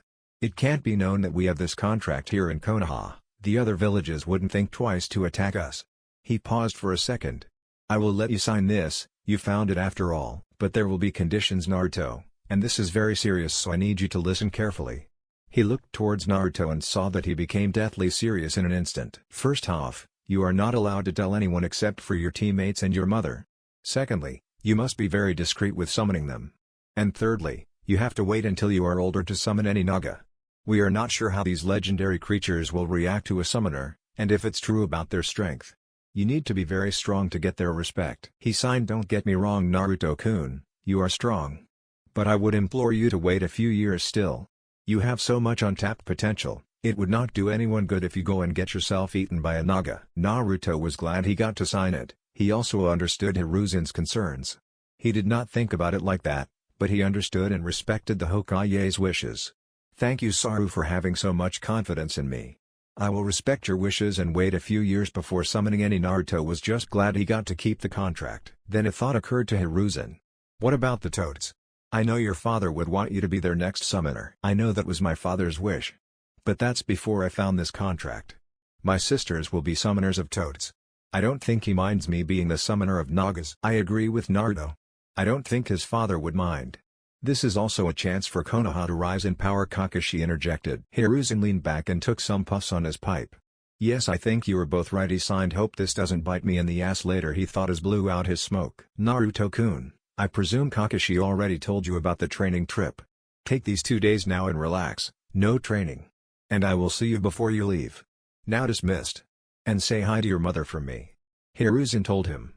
"Kakashi-san, you can stay. I need to have a few words with you," later Naruto said, and disappeared with a sunshine. "So Kakashi, tell me about your latest mission.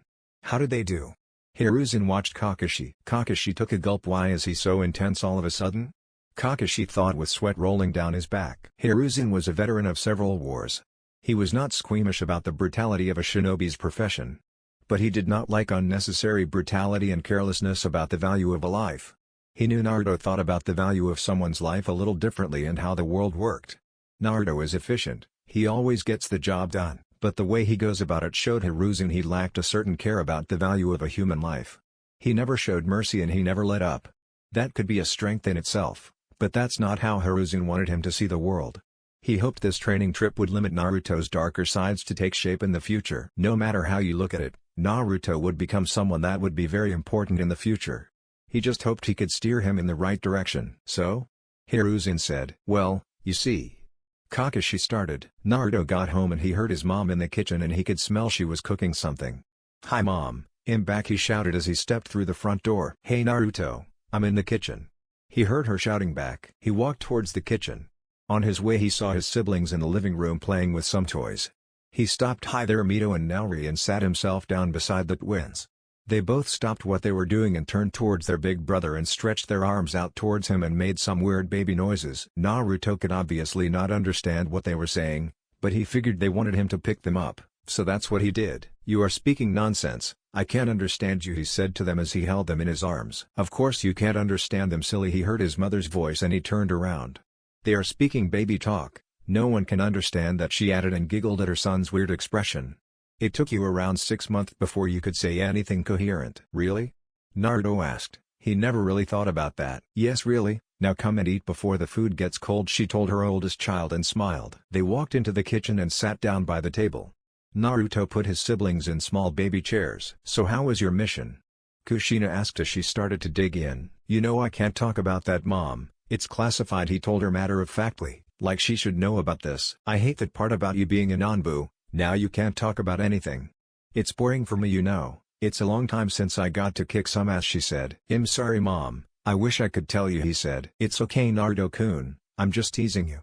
I know you can't tell me. I have to try though," and she winked at him. He just rolled his eyes and smiled back at her. "Jiraiya and Tsunade came by a few days ago. They told me they wanted you and your team to go on a 4-year-long training trip with them." She looked a bit sad at that. "I know it's for the best, so you have my blessing Naruto-kun. It will be lonely without you here though," she looked at him with a sad smile. "I will miss you and the twins as well," he smiled at his mother. "But I may have a solution, so it does not have to be that long before I can visit." I'm not really sure I will get it down before I get back in 4 years, it may even take longer as sealing is not my greatest strength, but I thought with the help of Jiraiya, I'm going to try and learn Dad's signature technique, the Hiraishin, he said to his mother. Really?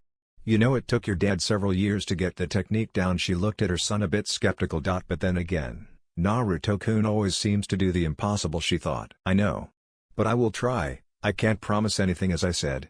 And I don't even know the distance I would be able to teleport. But it's worth trying at least, he said as he took a bit from his food. By the way, about my mission. I could tell you something at least, he said, and looked at his mom. She had an excited look on her face. She must be really bored. I know my mom loves being a shinobi. She said she will go back to active duty when my sisters graduates the academy. I used just my speed and kenjutsu as you taught me, and let me tell you, it was really efficient, he told his mom. And fun, he thought to himself. Have I not told you how badass your mom is? Kenjutsu is the best ever, she exclaimed as she pumped a fist in the air, way too excited. Naruto just chuckled at his mother's antics. I really hope my sisters does not inherit her craziness. It's a wonder really Dad survived her for so long. He shrugged at the thought of too many Kushinas chewing him out for something stupid he had done. Did I inherit her craziness? Nah, he thought and pushed the thought away. Why do you look so pale all of a sudden, Naruto-kun? Kushina asked her son, worried. It's nothing, Mom, I think I ate some bad shrimp before. That's all. He quickly came up with a lie. His mother just eyed him. If you say so, and continued to eat. Later that same day, Naruto met up with Itachi and Shisui. So what do you think we will be learning on this trip? Shisui asked his friends. Hard to say, it's not long until the trip.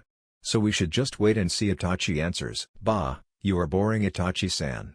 Just take a guess, at least, Shisui staring at the young Uchiha. Before Itachi could answer, Naruto said, I think we are going to hone our existing skill set and maybe learn some new jutsu. With Tsunade there we may train in some medical ninjutsu.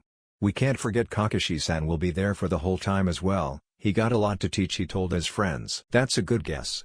Jiraiya is a sage, maybe if we qualify we could all start learning Senjutsu. I know there are certain conditions though to learn Senjutsu, he mused. First Uchiha sage? Wouldn't that be something, he thought to himself. Itachi had just got a little brother named Sasuke. This fact pushed his ambition to become as strong as he possibly could to protect his family and friends. Senjutsu, eh? Naruto asked.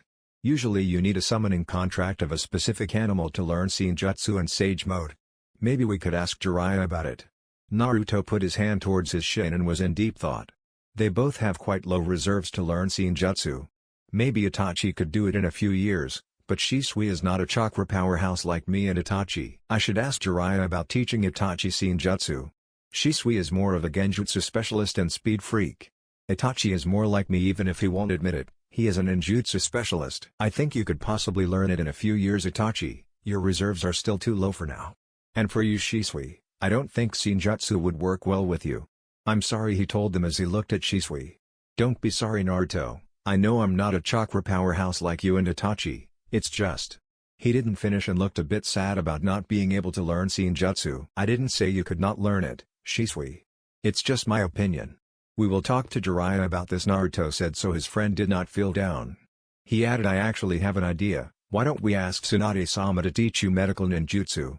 It would be perfect really, with your precise chakra control and your personality. Being a heavy-hitting combat nin is something that would benefit our team greatly in the future, he said, and was proud of himself as he just came up with it and thought it was a great idea. An Uchiha medic?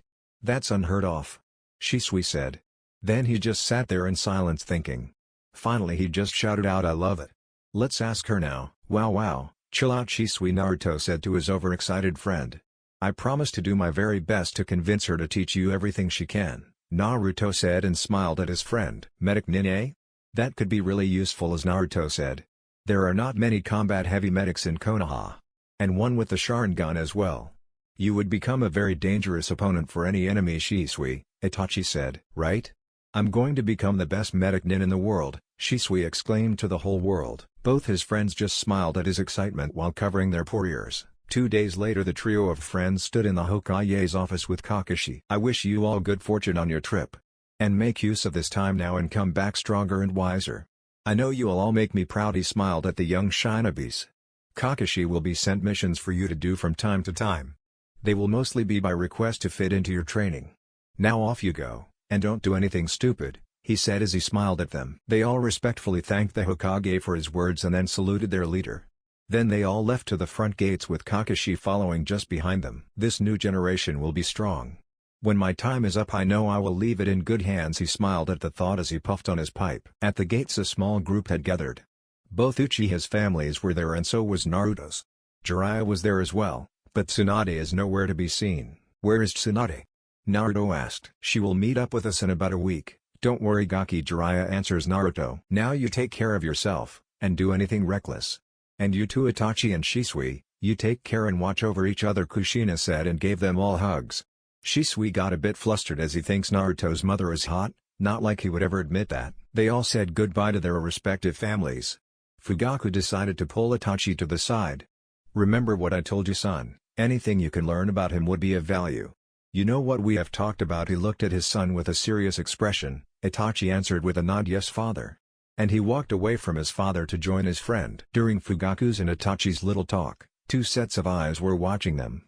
Mikoto was glaring at her husband. Don't think I don't know what you are asking of our son. This is a dangerous game you are playing, husband.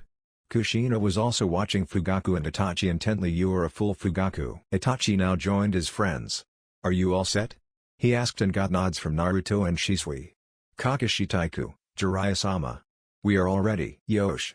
Onwards to new adventures. Jiraiya proclaimed as he stood on top of a toad that just seemingly appeared out of nowhere. Everyone just signed and started to head out. This game you are playing, father, it's a dangerous one. I won't be able to stand by your side if you decide to go down this path. Itachi thought as he signed. His never saw his father as a stupid man, but he was pushing his luck. The small company was now out of sight of the village. This will be 4 long boring years, Kushina thought as she headed back home with the twins. At least I have you guys, she said and smiled down at her babies. Chapter 7, Homecoming. It was a sunny and beautiful day in Konohagakure and the village was bustling with life. It had now been little more than 4 years since Minato passed away. Most people seemed to have put that tragic day behind them. There were 2 4-year-old reminders of their beloved Hokage though. The Uzumaki twins had become rather famous around the village. The people loved the late Yondame's little girls. It's almost like the people forgot that Minato had an older child. He never did like to interact with the villagers, and now he has been gone for 4 years, Hiruzen thought with a frown as he sat in his office looking out towards the village taking some puffs on his pipe. Suddenly he heard a crash outside of his office and some screaming from his secretary, and just a second after, his door was busted open rather rudely. In rushed a small girl with red hair, screaming about kicking some ass and other nonsense he could not make out. Hiruzen could not help but smile at the scene. I'm sorry, Hokage-sama, I tried to stop her, a small voice said to him from the doors. He knew who the voice belonged to and he turned his attention towards her. That's okay, Naori. Come in please, he smiled at the blonde Uzumaki girl. She reminds me so much of Minato boy. He was always calm and calculating, and of course respectful. Then he heard a whistling sound and turned towards the danger. He just had time to duck as a toy kunai came flying towards his head. He followed the kunai's trajectory and saw the small redhead standing there grinning at him. Almost got you this time, old man. He groaned. Mito. You are not supposed to attack the Hokage, Naruto scolded her sister as she looked at the Hokage with a downcast look. She was embarrassed by her sister's actions. I'm so sorry, Hokage-sama, she said in a quiet voice. Don't apologize for me, Naori. This old man has it coming. He has been sitting there for way too long.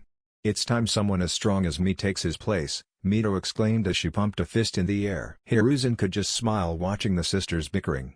She really took too much after her mother. This one is going to be a pain in the ass the next few years.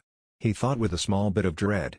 He could remember a young Kushina, who took a few years off from his life with her crazy shenanigans. He coughed to stop Naori from scolding Mito more, as was the usual occurrence. I think I still have a few more years left in these old bones, Mito. You will have to wait a few more years before you can take this hat, he said and winked at the redhead. I'm coming for you, old man. Be sure of it. She tried her best to give him an intimidating glare, but all it did was amuse the old Hokage. Naori just rolled her eyes, feeling defeat. There is nothing she could do to stop the red-headed whirlwind. So what brings you two here to my office on such a fine day? Should you not be out playing? And where is your mother? Hiruzen asked and leaned back in his chair. Mom said Naruto Niazan would get home any day now. So we thought we would ask you. You should know when he is coming home, right?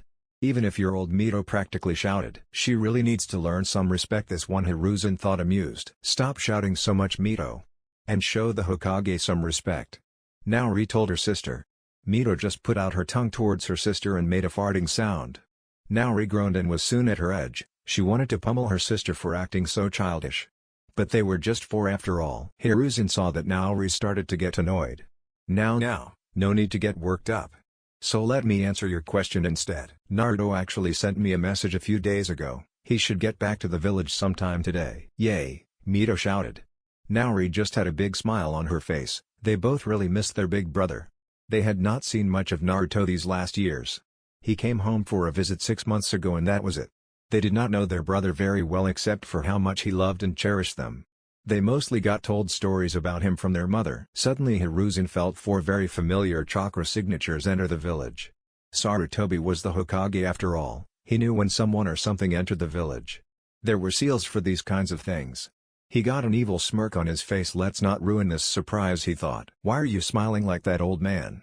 Mito asked, a little suspicious. Ah, no reason really, he answers the small girl. And his mischievous grin just grew as he saw a person materialize behind the two clueless twins. He is a bit taller now, and that aura. He really has grown, he thought with a smile. Why are you here bothering the Hokage? Someone behind them asked. They recognized the voice but their brains did not really register it. They both jumped around in shock and Mito made a frightened scream. When they saw who it was they both lost it and just jumped straight at him, pummeling the newcomer to the floor. Neos and both girls exclaimed and hugged their beloved brother. Few seconds earlier outside the Hokage's office, the trio and their sensei had just arrived and were going to give a lengthy report to the Hokage. My sisters are in there, Naruto said as he halted the company. Let me just go in first and give them a surprise, he told his team as he smiled. He was really excited about meeting his sisters after such a long time away. Go ahead Naruto, we come in after you, Kakashi told him as he smiled. And then Naruto just disappeared from their view. It's creepy when he does that, not even using a hand sign, Shisui said. The others just shrugged their shoulders. I'm really glad to see you both as well. I missed you a lot, he told his sisters as he hugged them both at the same time. You have been gone for so long, Mito said between sobs.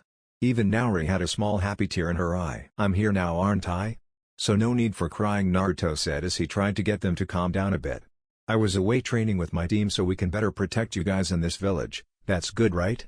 He smiled down at them. I guess so, Mito said as she was starting to calm down. I missed you, Neosen. Without you here Mito is driving me nuts, Naori said.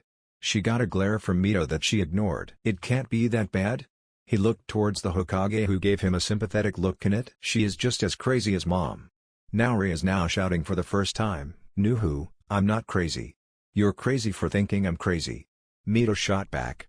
And that started a bickering for the ages between the small girls. Naruto just groaned. She really is just like mom. Serves you right, Naruto-kun.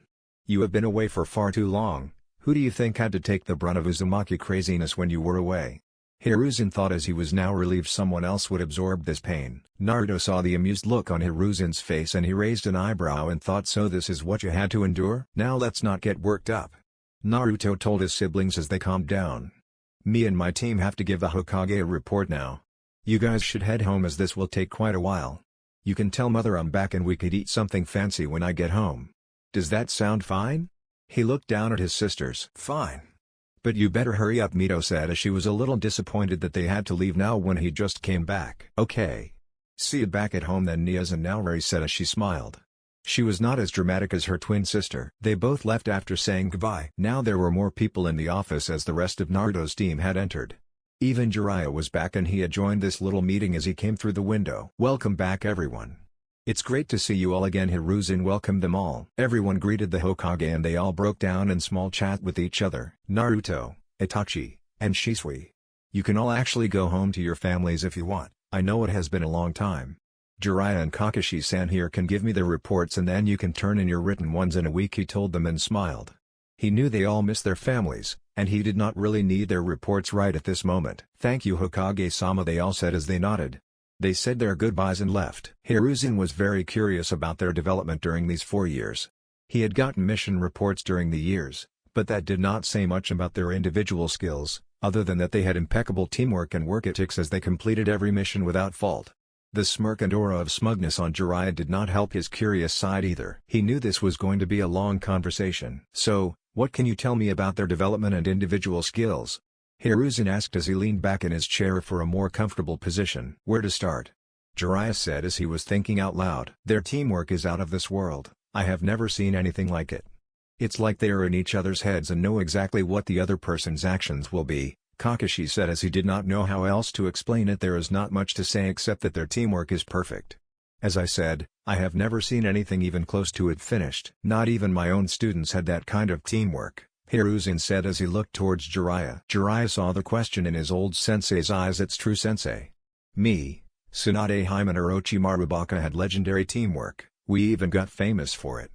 But we were nothing like this team when it comes to teamwork, I have to admit, he said with a proud smile, even if it hurt his pride a little to admit. It's not really surprising taking their friendship into account. But it's still hard to believe, Hiruzen said. So about their individual development? He continued. If that is hard to believe, you really have to strap yourself down for this, Kakashi said as he smirked under his mask. He was so proud of his students' development.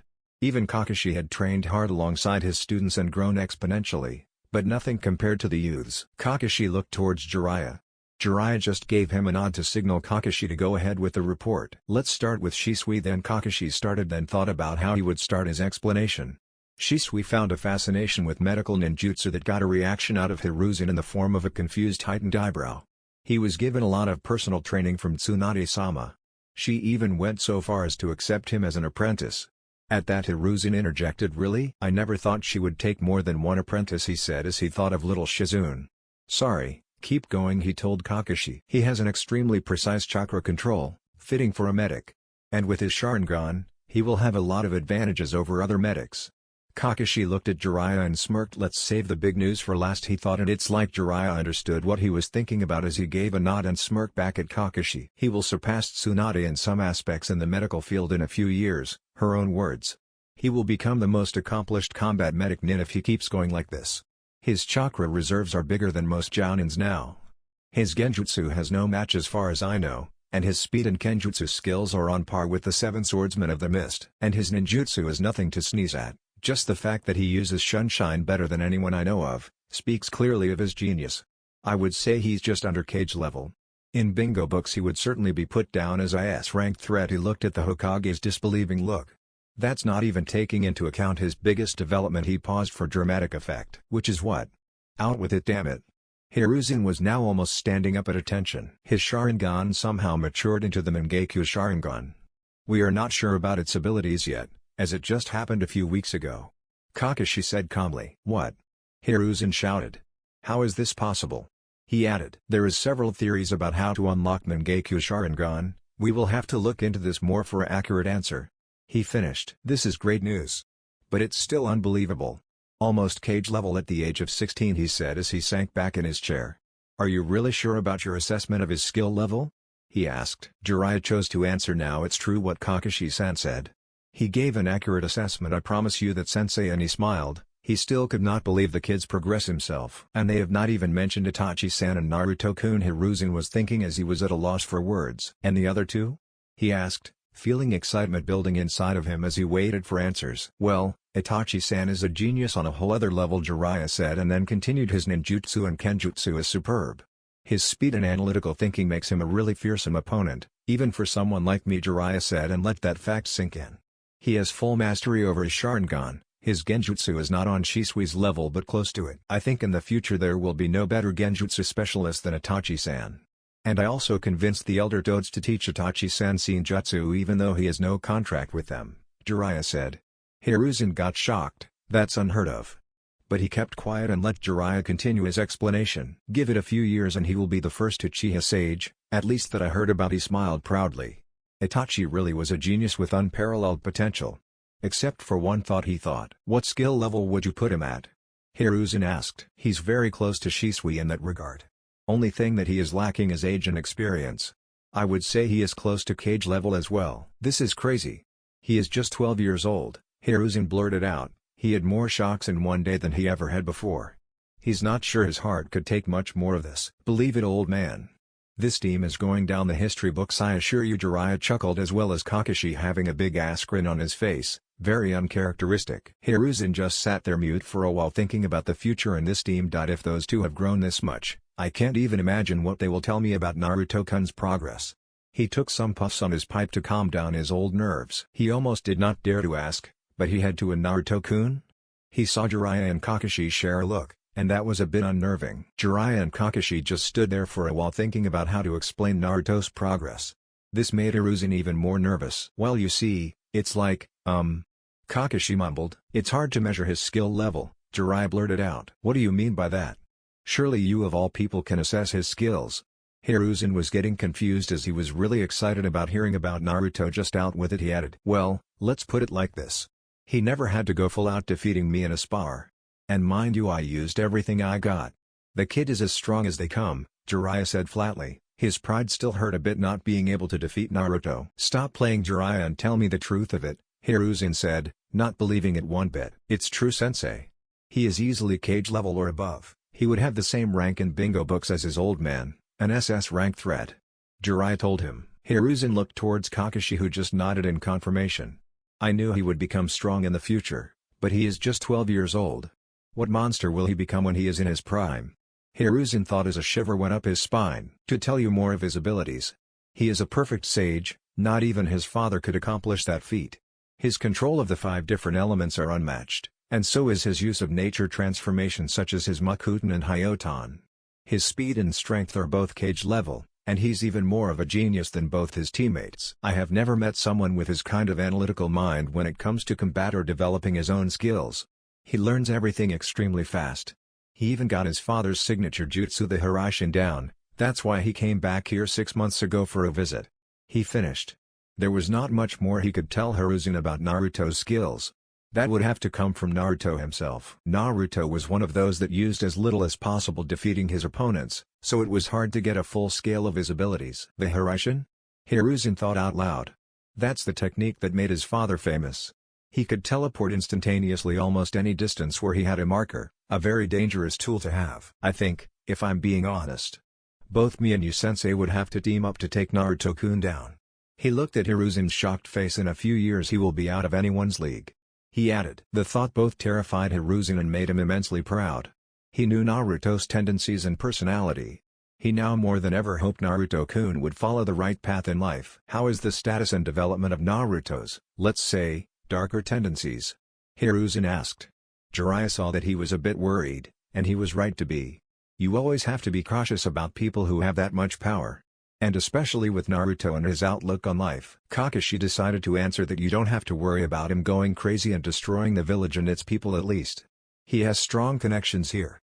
His family and friends and us, he said and took a gulp. "I can't talk for our enemies and potential enemies in the future though. He is as brutal and efficient as ever. He still sees the world in black and white. He would without question destroy anyone without mercy that threatens his home or precious people." That is both comforting and terrifying, Hiruzen said as he leaned back yet again with a big sigh. "He is a good boy, it's just his lack of care about people that he does not know or have any connection with. That may go away as he gets older," Jiraiya said as he tried to calm Hiruzen's racing mind. Kakashi nodded agreeingly. "Yes, Naruto-kun is a very friendly individual when you get to know him. Maybe his sisters will loosen him up a bit," he said as he was hopeful for the future. "That reminds me, what about the Kyuubi?" he asked, totally forgetting about Naruto having the Kyuubi sealed in his gut. "That is a great question, and there is no good answer really," Jiraiya said as he looked to be in deep thought. "You see, he made it so that Kyuubi's chakra would merge with his own slowly over time. There is no telling what the Undersluts will be," he said as he remembered scolding Naruto on this on several occasions. "Only thing we know for certain as of now is that his chakra reserves have grown ridiculously big as a result, and his chakra is even more potent than before. It also seems his healing properties of his chakra have grown stronger. But we can't be sure if that's because of his own chakra maturing or the influence of Kyuubi's. Only time will tell." He finished his explanation. "For such a smart boy he does quite a lot of reckless things, don't you think?" Hiruzen said. "It's as baffling for me as it is for you," Jiraiya said as he shrugged his shoulders. "He's a risk-taker. It's just his nature, he liked to challenge himself," Kakashi interjected. "You may be right, Kakashi-kun, I just hope it doesn't come back to bite him or anyone else in the ass," Hiruzen answers as he stands up. "Let's end this meeting for now, I think I need a walk to clear my head. You can turn in your written reports in a week's time. Kakashi-san, take the week off, and tell your team they also have 1 week of free time." He looked towards Jiraiya. "Walk with me, Jiraiya boy, I like to have a few words." Kakashi nodded and disappeared from the office. "So what do you want to talk about, sensei?" Jiraiya asked curiously. "Let's head out and I'll tell you," he smiled at his student. They were now outside in the warm weather. They walked for a while in silence, just enjoying each other's company and the beautiful sights Konoha had to offer them. "I'm getting old, Jiraiya-kun." He looked towards Jiraiya, who just raised an eyebrow at him. "This is my second time taking up this hat. I have been Hokage for far too long. I'm getting tired, Jiraiya. I don't have the same drive and energy to do this anymore as I used to. And my relationship with my son gets worse and worse." He looked down in shame as he hated that he had such a bad relationship with his son. And he could only blame himself. "Really? You are not that old, sensei." "That's nice of you to say, Jiraiya boy, but you know that's not true. Not in this line of work." He gave his student a weak smile. Jiraiya didn't know what to tell his old sensei. He was even more of a loss when it came to his relationship with his son. Jiraiya was not the best at relationships. "Your son loves you, you know that, right? He knows what kind of responsibility you have," was the only thing Jiraiya could think of saying. "It's nice of you to say that, Jiraiya, and I hope you are right.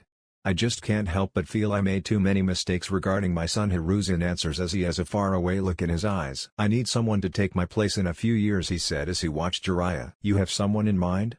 Jiraiya asked curiously. "In fact I do, but it requires certain conditions. I have a few in mind actually, but there is one I would like to lead the village in future if everything works out." Hiruzen sighed. "It's Naruto-kun, isn't it?" Jiraiya asked as he looked at the Hokage with a small frown. "Yes. I would like Naruto-kun to follow in his father's footsteps and lead this village in the future. He has a very sharp mind, especially when it comes to shinobi affairs. And he definitely has the power for the position." Jiraiya just listened. He loved the boy as if he was his own son, but he knew Naruto would be a bad fit for Hokage. Hiruzen continued, "There are a few problems though, and they can't be overlooked. He has no care whatsoever about politics. He seems to not like how things are run either. He is much like Danzo in this regard. He likes more direct methods, so to say. I'm afraid he would put the world to the torch if he thought he was protecting the village and his precious people. He does not care about collateral if it means protecting what he deems important.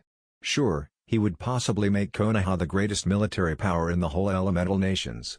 But that's not the world we strive to build." He looked at Jiraiya almost like he hoped he had some answer to all of this. "I agree with you, Hiruzen. I love the boy, but he is not a great fit for that position. I don't even think he would want to be Hokage." He paused a bit and thought of possible candidates that came to his mind. There will be Itachi in a few years, or even Shisui. Both of them are strong and have a good way of handling things. Even Tsunade-han would be a great Hokage, not sure how she would look at it though. And he smiled at the thought. She would probably right out refuse the offer. "What about yourself, Jiraiya-kun?" Hiruzen asked as he had a small smirk on his face. He already presumed what his student's answer would be. "Me? Old man, I don't know what you are smoking in that pipe. But it's screwing with your head." "Me? Ha ha ha. I would make a terrible Hokage," Jiraiya answers as he laughs. "Yes, you are probably right," Hiruzen chuckled. "There is one more though that crossed my mind. But that is quite a few years away, long after my time in this office is over." Hiruzen gave Jiraiya a smirk. "Who would that be?" Jiraiya asked, now very curious. "Have you met Naori yet?" "I mean now when she is a bit grown up," Hiruzen asked. "I heard some things about her from Kushina and Naruto. But not much." "What made you think of her?" "She is just 4 years old," Jiraiya said as he was confused. "She reminds me so much of Minato-kun. The way she talks and thinks, and even her blonde hair," he said as he smiled. "She is like a copy of our late Yondaime. She and her sister have even started to train a little with their mother. And both show great promise, especially Naori when it comes to the shinobi arts." He smiled as he thought of the small girls. They were so friendly and lovable. "I got the same impression from what Naruto and Kushina told me. But it's a little early to think like that, don't you think?" Jiraiya was skeptical. Sure, they had a great lineage. And they would probably be getting training from some of the strongest people in the village, even by himself, he had to admit. That would give them a big advantage over others for sure, but it was way too early to tell how they will turn out in the future.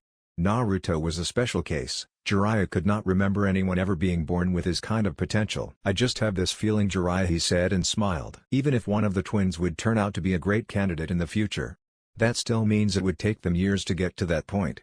That may be 15 or 20 years away." "You are willing to wait that long?" he asked his old sensei. "I'm not even sure I have that many years left of my life. No, I would have to find someone else in the meantime. As you said, we have a lot of great candidates. Kakashi is an S-rank shinobi, he would at least have the power to be a Hokage. Then there will be Itachi and Shisui in a few years, as you said. And even Tsunade." He paused a bit. "Kushina is strong enough, but she would never accept the position." He smiled at the thought of Kushina being Hokage.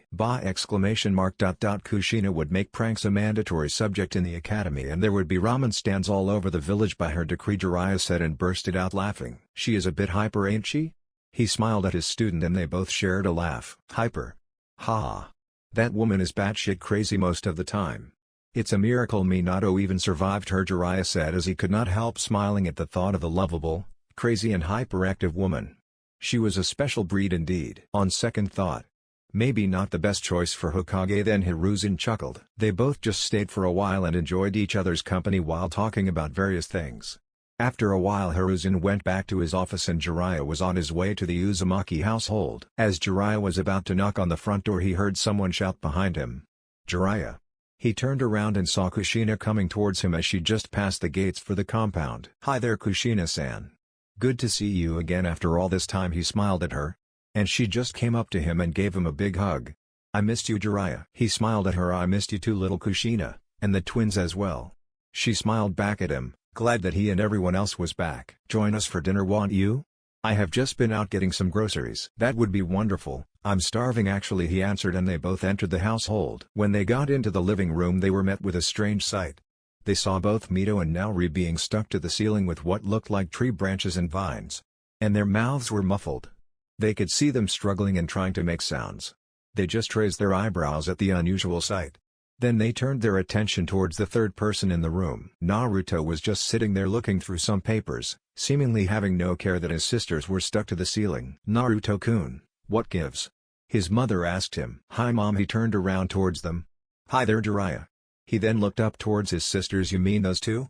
Well, they would not stop fighting and bickering, so I decided to put them up there for a while, he said matter-of-factly. Kushina looked up towards the twins. You guys fighting again? What have I told you about fighting? She scolded them.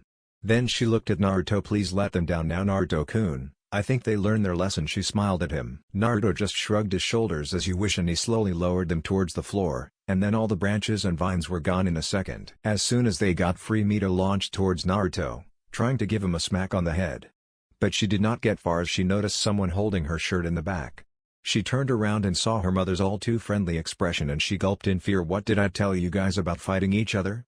She looked sternly at Mito and then towards Naori, who lowered her head. But, no buts little missy. When I'm not home, you listen to your big brother. Am I clear? She told Mito and then looked towards Naori. That goes for you to Naori. I'm sorry mom, I promise to behave, Mito pouted. Sorry mom, Naori said as she shot a glare towards Mito. Kushina smiled at the small children. This was normal between siblings. But she wanted them to stop their bickering and fighting as much as possible at least. She knew Mito was a troublemaker. She got too much of that from me, Kushina admitted. And she knew Naori usually kept a cool head, but Mito was a master at pushing her sister's buttons. And Naori was just like any other child, she got angry when pushed too much. You have to stop teasing your sister Mito, Kushina told her troublemaking child. Now both of you go and clean up while I make some dinner for us. Both children nodded and walked towards their rooms. Before storming off to her room, Mito turned around and gave Naruto a glare. Naruto just gave her a big grin back, and saw that it infuriated his sister. Kushina saw this and just signed siblings. Then she went towards the kitchen to prepare some food. Meanwhile, during all this, Jiraiya just stood there snickering. He found the whole scene rather amusing. It reminded him of his time as a youth with his team. Something funny, Jiraiya-sama? Naruto asked his godfather. Visiting the Uzumaki household is always something special, was his only answer, and Naruto just shrugged his shoulders and went back to his papers. What are you doing there, Naruto-kun? Jiraiya asked as he leaned over a bit to see what he was reading. Just reading about the different nature transformations that are known, he said. Oh? And why is that? Jiraiya asked curiously. Now, I told you this before Jiraiya, I'm testing out a theory of mine, he said as he did not bother looking up. So you still think you could replicate more nature transformations? I'm still not sure, but it's worth trying out. Just think of the possibilities. Naruto was really intrigued by the boil release and wanted to replicate it. I could boil people alive? That would make getting information from people much easier, he thought with a smirk. Jiraiya saw Naruto's creepy smirk and felt a small shiver. He pushed that feeling away though. Just be careful, Naruto.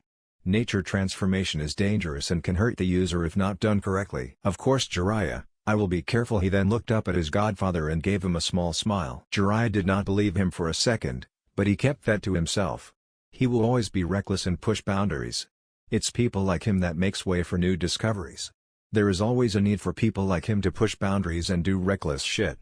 He just hopes that Naruto does not hurt himself along the way. You have 1 week off now, Naruto. Try not to spend it all on training or studying. He slapped Naruto on the back. Sure, Naruto replied and just went back to reading. After a while they all heard Kushina shouting to them. Dinner is ready. And everyone shuffled into the dining room to have some quality family time. Chapter 8, The Academy. Naruto was sitting in his dark room alone. A frown was plastered on his face as he was in deep thought about something that concerned him greatly. The last few years he got this weird feeling something sinister was growing inside of him. He could not really put his finger on this feeling. He had known about this most of his life, but it was not until recent years that it actually bothered him. He knew the shinobi world was a cruel one. He also understood his mother and father's ideals and their effort to imprint them on him. He did everything he could to respect his mother's ways and wishes. His family and friends were the only important thing in his life after all. But it infuriated him that he could not make himself care. Not like they all wanted at least. He saw the world differently than most. Killing was easy for him. He even found joy in it sometimes, he had to admit to himself. He could never tell that to his family or friends though, but this feeling that was growing inside of him made him worried. It's almost like something infecting his mind somehow. It was not really the feeling that really bothered him. It was more his loss of control over its continuous growth. He hated not being in control of himself. It came ever closer towards him, like a thunderstorm you could feel but not yet see. He sometimes even got the feeling he was being watched. Not from the outside but rather from the inside. Are you playing tricks with me, Kyuubi? He thought. But pushed that thought away. That could not be it. This feeling started before he sealed the Kyuubi. And he was confident in his own seal. There is no way Kyuubi would be able to influence his mind in this way, he thought. He racked his brain day and night trying to figure out where this feeling came from. Even if it was a long shot, he thought, I have to talk to the damn fox, and rule out any possibility. He took a deep breath and made a hand sign as he concentrated on the seal. Suddenly he stood in a sewer. He looked around and took in the depressing sight. So this is how my mind looks? He thought with a confused look. He shrugged as he did not really care either way, he had a task in mind. He started to walk towards the familiar feeling of Kyuubi's chakra. After a while he stood in front of a big gate made from his makuten. He took a step to get a closer look inside the cage. It was dark and he could see nothing in there, just overwhelming darkness. Suddenly he could hear a booming laugh coming from inside the cage. Naruto stood there, not really faced as he knew the fox could do nothing against him. He saw movement inside the cage and suddenly a big paw with massive claws crashed against the gates and made a thunderous sound. The shockwave made his red hair flutter wildly. Still Naruto did not move. He stood there calmly studying the great fox. So my jailer finally decides to greet me, the Kyuubi snarled out as he lowered his head down to Naruto's level and stared at him with hatred. Naruto stood there quietly for a while just watching the Kyuubi. This seems to make the fox even more angry. I'm here to ask you something, Naruto said flatly. You presume you can ask me something? The great Kyuubi? What insolence! The Kyuubi roared and smashed the gate yet again with great fury. What are you doing to my mind? And how did you get around the security of the seal? He asked the raging demon. He'd rather not spend much time here, so he just straight out asked. I will not answer to an insolent meatbag, he said in a low, dangerous voice. This annoyed the small redhead. Answer me, he said in a cold, threatening manner. Bahaha, Kyuubi laughed. You ignorant child. You will get your answer soon enough, he said in a much calmer voice now. That made Naruto raise an eyebrow. What do you mean? He asked. Now he was curious. Your time is up, now get out. Kyuubi growled. Naruto felt something powerful push him out from his mindscape with force. When he was back in the real world he flew back and crashed hard towards the wall in his room. What was that? That should not be possible. I need to check the seal more closely, I may have made a mistake. He was now frowning as this confused the hell out of him. What was that pushing me out? I could not feel Kyuubi's chakra at play, he wondered. Then his train of thoughts were interrupted. Naruto-kun. What happened? Are you alright? Kushina shouted as she heard the crash and rushed towards Naruto's room. I'm fine, Mom, just trying out a new jutsu, he lied. Do be more careful in the future, will ya? She smiled at her son.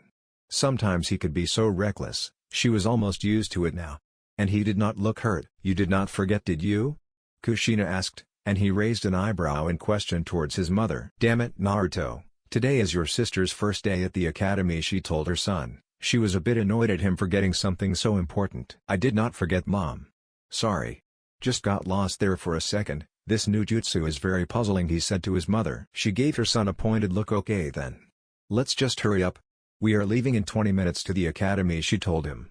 "And breakfast is downstairs, clean up and then get your ass in gear," she told him with her arms crossed. "I'll hurry, Mom. Be down in a second." Naruto gave his mother a smile.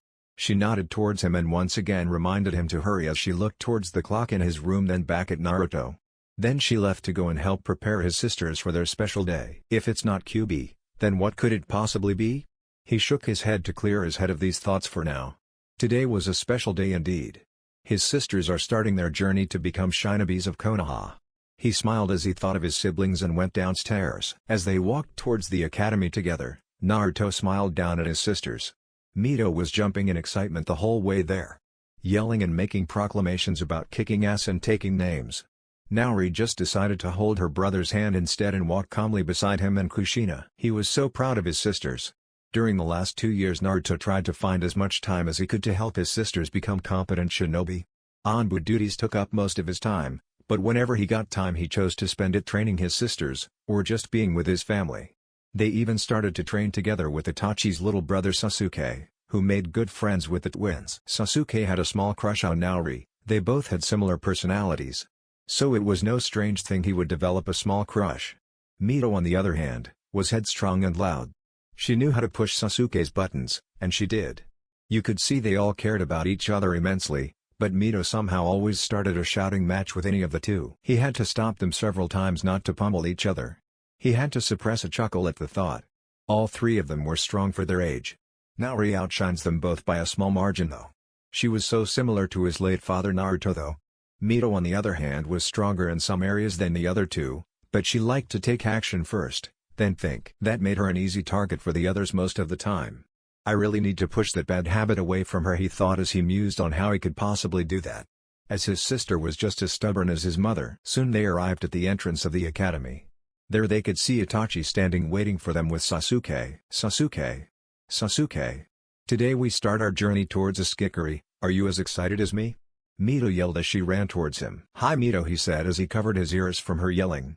She is way too excited, he thought. "Hello there Mito." Itachi greeted the small redhead with a smile. He liked her energy, it was like a ray of sunshine in their usual dark world. Mito just waved back as she was occupied with looking around at everything and everyone in excitement. "Hi Sasuke. Itachi-san," Naori said as she caught up with her sister. "You know Mito, a Skikari is not even a word," she told her sister who just huffed in response. Itachi just looked at Naori and smiled and gave her a polite nod in greeting. Soon Kushina and Naruto caught up with the others. "Hi there little Sasuke," Kushina said as she ruffled up his hair. This made Sasuke look a bit annoyed. And he turned back to the 6-year-old he really is. Kushina chuckled at the cute annoyed look he gave her. Sasuke tried hard to look just as cool as his big brother.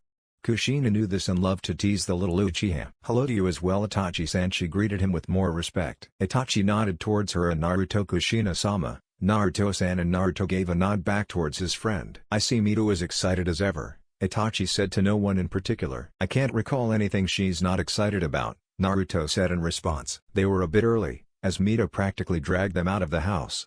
So they made small talk to each other to pass the time. As Itachi, Naruto and Kushina talked, the kids ran off to greet their friends before the academy started. Sasuke and the twins had made a few friends during the years. Naruto was watching them interact with a few people he recognized.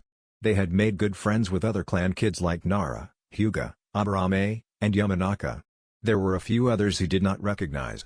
He saw one pretty well-built kid and thought that must be Chose's son. He knew all these kids' parents as he worked closely with some of them on a few occasions. Somehow most of the children from clans or other ninja families looked at him with a small amount of wariness. Naruto did not mind or care that much. He did not know or even cared that most people that worked with him found his methods a bit off-putting.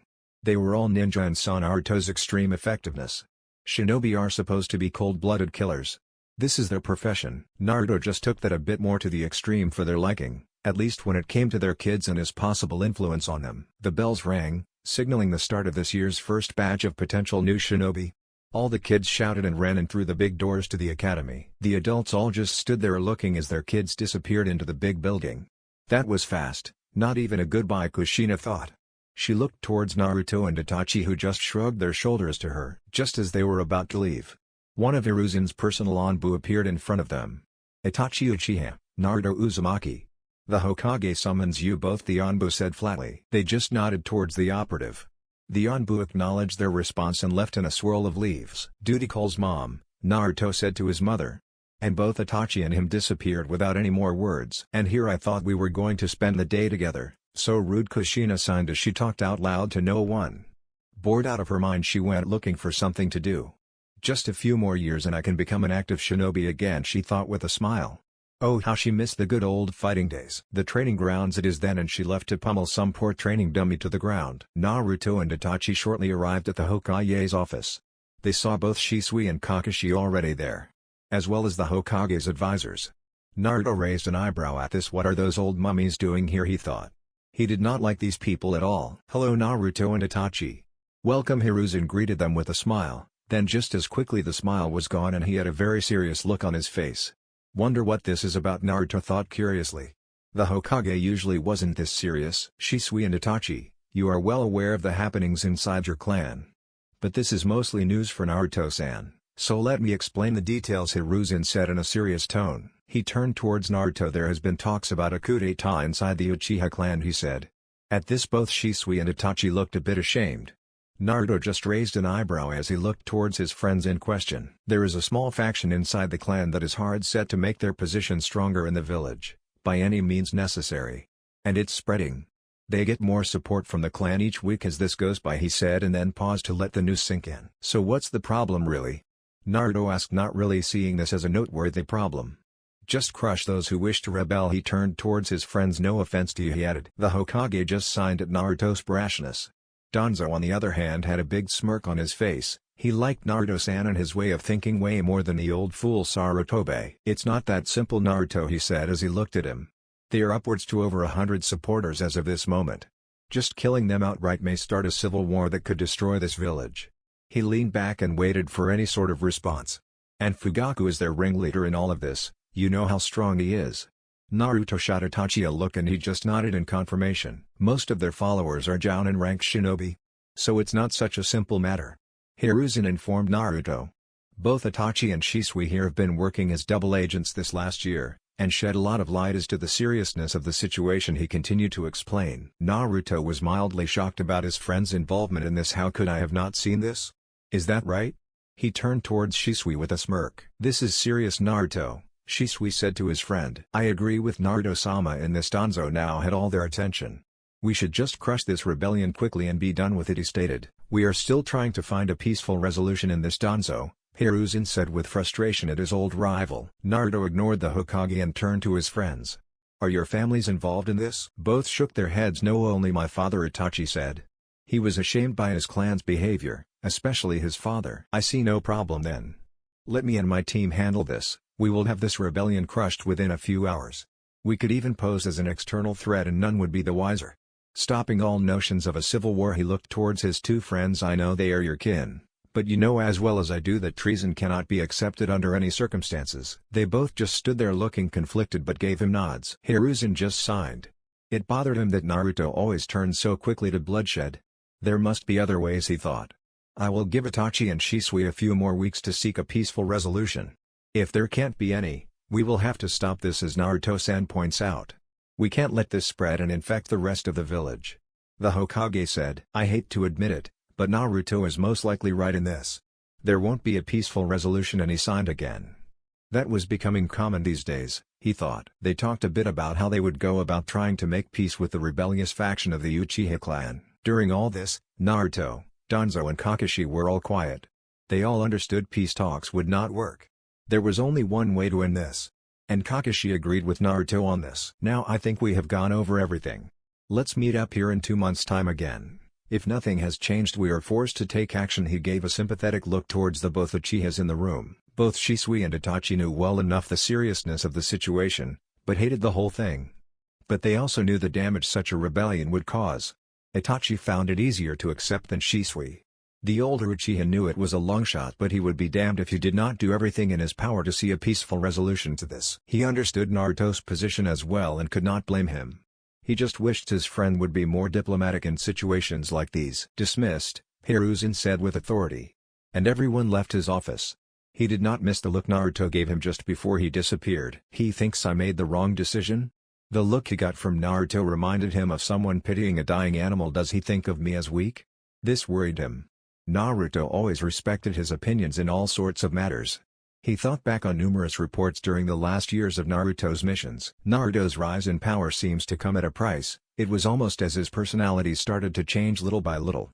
"What's happening to you, Naruto-kun? Why won't you speak to me?" He was worried something was changing in Naruto and he did not know what. Naruto had a big place in the old Hokage's heart. And he was at a loss, feeling his connection to Naruto slipping away. He signed. "Maybe I'm just imagining things," he thought as he shifted his focus towards the documents in front of him. "Hello class," the teacher said as he greeted his new students. "Welcome to your first year at the academy. My name is Iruka Umino. You can all call me Iruka-sensei or just sensei." He looked out over his class and was pleased at how quiet and attentive they were. Then his eyes landed on a redhead bouncing up and down in her seat with her right hand in the air. He smiled in recognition of her. "The Uzumaki whirlwind, eh?" He thought, amused. "Yes, Mito-san, you want to say something?" He called out to her. "When do we start to learn awesome shinobi skills? Like kicking faces and throwing kunais at unsuspecting enemies?" She beamed with excitement and the whole class just sweat dropped. Her sister leaned over to her to whisper in Mito's ear, "You already know those things, Mito. Chill out, will you?" Naori was embarrassed by her sister's loud ways. Mito just ignored her. "Iruka-san, hello? Can you hear me?" She kept pestering the poor Chunin as he was a bit shocked at her over-the-top excitement. Sorry about that. Just spaced out for a bit." He smiled and calmed down the raving girl. "As for your question, the first 2 years will focus more on academia, then we will introduce more and more of the shinobi arts as the time goes. As you know, you have 6 years here in the academy. So you will have plenty of time to learn, as you put it, to kick faces." He answered her. This seemed to make her mood sour quickly. So he was quick with adding, "Of course you will be doing plenty of physical exercises during these 2 first years as well. Even some sparring and taijutsu training." He smiled as he saw little Mito shine up again. "Now let's introduce ourselves." He pointed towards a kid close to him in the first row. "Why don't you start, miss?" "My name is Ino Yamanaka," the daughter of the famous Inoiki introduced herself. Next to her sat Sakura Hanoro, who introduced herself next to the class as she waved happily at everyone. And this went on until everyone had the chance to introduce themselves. When it came to Mito's turn to introduce herself, she stood up and struck a pose, possibly learned by the great Dode Sage himself. Even before she started to talk, her sister and Sasuke just groaned and tried to hide their embarrassment. Mito proudly proclaimed, "I'm the one and only Mito Uzumaki, future Hokage and badass kicking machine." She looked at the class and they were all stunned in silence. "And this is my sister Naori Uzumaki and my friend Sasuke Uchiha." She smiled as she knew this made them both uncomfortable. She gave herself a nod as she was proud of her own introduction and then sat herself down again. Thank you for that colorful introduction, Mito-san. And for your sister and friend as well." He knew he would have his work cut out for him with this one. The class was still stunned. And her sister and Sasuke just glared at her smirking face. This was not a fight they were willing to take, as they could not win against her hyperactive attitude. And Mito was well aware of this. She really loved pushing her sister's and Sasuke's buttons. Soon the introductions continued and everything seemed to go back to normal. At least for now, Iruka thought. 4 weeks later, Naruto was at his team's usual training ground. He could not find Shisui anywhere. He knew Itachi was out of the village on clan business and Kakashi was assigned as protection detail for an important client visiting the village. But Shisui should be here, he thought. He went to ask his friend's parents if they knew where he could be. They said he left in the morning. They thought he would be with Naruto. He even tried locating Shisui's chakra signature, but he felt no trace of it. Is he out of the village? But why? He thought with a frown. Suddenly he felt a spike of his friend's chakra a short distance outside of the village. Gotcha, he thought with a smirk, and teleported away in a red flash. He consciously teleported a couple of meters away from his friend's signature as he wanted to surprise him and possibly scare him a bit. Good thing he marked all his friends and family with the Hiraishin seal, he thought. The scene he was met with screamed danger to him and made him alert. Not for himself but for his friend. He saw Shisui down by his knees, looking beat up. 2 masked people stood next to him and a cloaked figure stood in front of Shisui, making it hard for Naruto to make out their identities. He recognized the cloaked figure's signature directly. Danzo, he thought with a snarl as he felt anger rise up inside of him. So the others must be Danzo's lapdogs. The 3 people that stood by Shisui noticed Naruto's presence as the young shinobi did nothing to hide himself. They could all feel a tremendous killing intent weighing them down. And they turned their attention towards the newcomer. Step away from Shisui. I won't give you a second warning, Naruto told them in a cold voice, promising death if they did not follow his command. Orders, sir? One of the masked shinobi asked their master. Wrong answer, Naruto said in a threatening manner as he made a small motion with his right hand. As soon as he did that, spikes made of ice and wood shot out from the ground, piercing both shinobis, killing them instantly in a gruesome death, splattering blood all over their master's cloak and Shisui's face. Danzo was now worried. He knew he had no chance against Naruto, not alone. He had to think of something fast. He opened his mouth to say something to Naruto. But he had no time as suddenly he felt a strong grip almost crushing his windpipe. Naruto was not stupid and he knew Danzo was a competent shinobi and had a lot of tricks up his sleeve, so the first thing he did was to put a really strong chakra suppression seal on Danzo's throat. He looked towards Shisui and saw he was bleeding. "Are you alright, Shisui?" he asked his friend, not having a single care about the struggling man in his grip. Shisui just nodded as he was in shock. If Naruto did not show up when he did, he most certainly would be dead right now. He was really grateful towards his friend for having impeccable timing. "Good timing, huh?" He smiled down at Shisui. Then he turned his attention back to Danzo, who was almost out of air at this point. He narrowed his eyes at the old warhawk and asked with venom in his voice, "What's the meaning of this, Danzo?" Naruto heard the old mummy trying to say something, so he loosened his grip and let Danzo fall to the ground. There he laid there trying to get his breath back while coughing. Naruto knew killing Danzo would make more problems than it solved, but he really wanted to hurt this man right now. "This does not concern you, Naruto," Danzo spat out. "Oh? You think so?" He gave an evil smirk towards Danzo. "I think this concerns me very much." Naruto was about to make a move towards the man laying on the forest floor. "Naruto-kun. Stop. You can't kill him," Shisui said, and Naruto looked towards him. Shisui saw darkness inside of his friend's eyes, something he had never seen before. But he pushed that away as his own imagination in this stressful situation he found himself in. "Let's just report to the Hokage and he will know how to deal with this." Danzo looked relieved. He knew the old fool Sarutobi would do anything against him. Naruto nodded towards his friend. "I was never going to kill him. I'm just going to leave him with a souvenir of mine." As he said this, he put his hand on Danzo's face and the old man howled in pain and anguish. Naruto took his hand away from Danzo and it left a red, nasty and oozing-looking mark on his face resembling a hand. It looked like he had boiled his skin. Danzo lay there panting in pain. And Naruto just stood over him smiling at his handiwork. Shisui was in shock once more. "Was that boil release?" "Here," Naruto said and reached out his hand towards Shisui. "Grab on," he said. And they were gone in a flash, leaving Danzo to his own misery. They appeared a second later in the Hokage's office. Fortunately Hiruzen was alone as he saw Naruto appear in a red flash with a hurt Shisui. Hiruzen stood up from his chair in shock. What happened?" he asked them, clearly worried. As he rushed forward to check on the injured Shisui.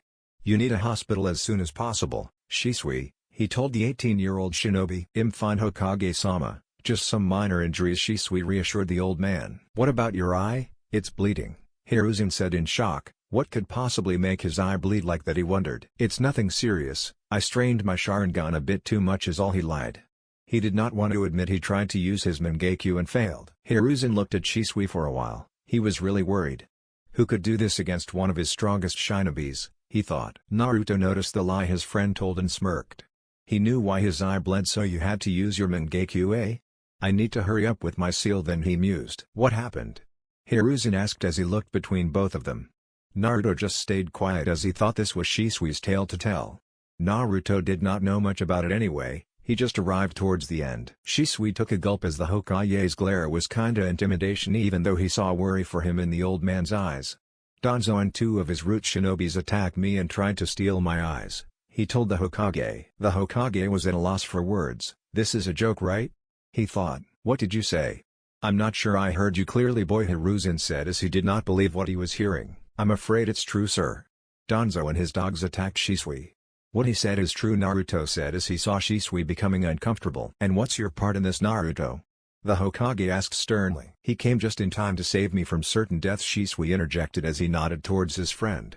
Grateful for his timely intervention. The Hokage stayed quiet for some time, then he made the biggest sign he ever did as he sat himself down in his chair. "So let me get this straight. You," pointing at Shisui, "gets attacked by Danzo and 2 of his root shinobis, and they try to steal your eyes. And then you," looking towards Naruto, "shows up and saves your friend." Naruto just nodded with a grin. He was glad he made it in time. "Did I get that right?" "Yes, Hokage-sama," Shisui answered him. "So what happened to Danzo and his 2 friends?" Hiruzen asked, dreading the answer. If Naruto was involved, they were probably dead already. Naruto stayed quiet, so Shisui decided to answer. "Naruto swiftly killed the 2 root shinobi, not without giving them a warning, first time I'd add. He left Danzo alive, but gave him what to call it, a parting gift, so to say. Shisui did not really know what to call it. Parting gift?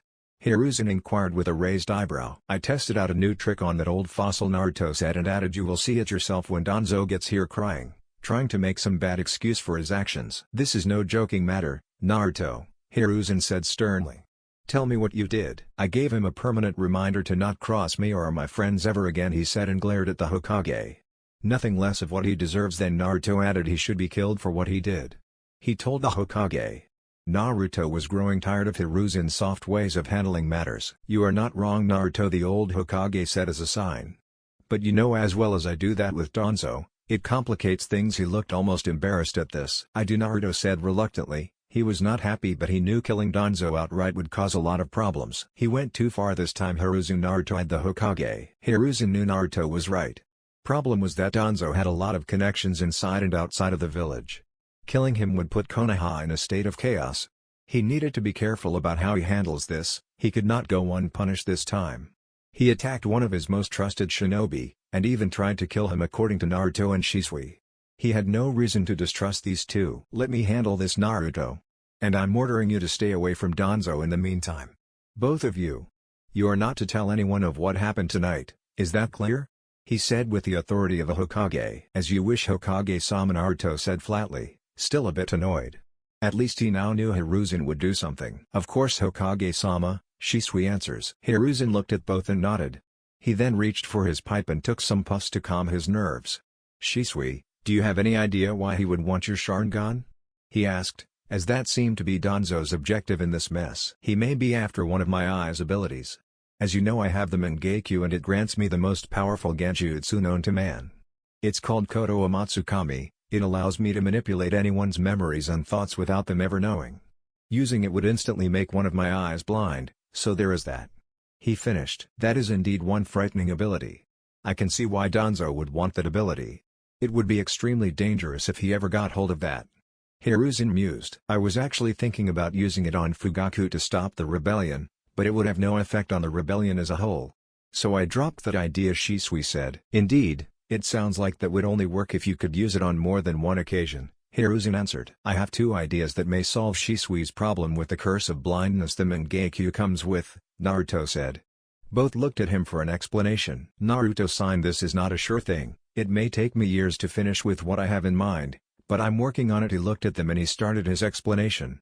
First off, I'm working on a seal that in theory would protect a user of the Mangekyo from the curse of blindness. There's a lot of kinks to work out still, and when I'm done I'm not even sure it will work. It's infused with the healing properties of my chakra and even nature chakra. They both looked at him in shock. Would something like that even be possible? Shisui asked in a low voice. Everything is possible, Shisui. But it may take years still before I'm done with this seal. It's a very tricky thing to regenerate or heal something as complex as the Mangekyo, at least with just a seal, he told his friend. He saw the desperation in Shisui's eyes. Going blind is a very scary thought. You said you had two ideas? Hiruzen asked, now very curious. Naruto's mind is amazing when it comes to innovating things. The other idea is more plausible but very risky. We would have to remove one of Shisui's eyes and copy it to make a replica. That way when we transplant the new eye, his Sharingan would evolve to the last state called Eternal Mangekyo Sharingan. Both were shocked at that. The Eternal Mangekyo Sharingan, it's said to be immensely powerful, and takes away the curse of blindness. The only person they knew to achieve this state was the legendary Uchiha Madara. Shisui was stunned at the prospect and could not get any words out. Hiruzen then decided to ask Naruto, how would anyone go about doing that? I had talks years ago with Tsunade-sama about this idea, right after Shisui awakened his own Mangekyo. No one wants to see their friends go blind, right? He smirked at a shocked Shisui. Tsunade is sure she could replicate the Mangekyo with help from my own chakra and a seal I already made. It would not take much time, maybe a week at most. The unknown in all of this is we can't be sure it would even work until we try. We have to remove at least one of Shisui's eyes first to even begin.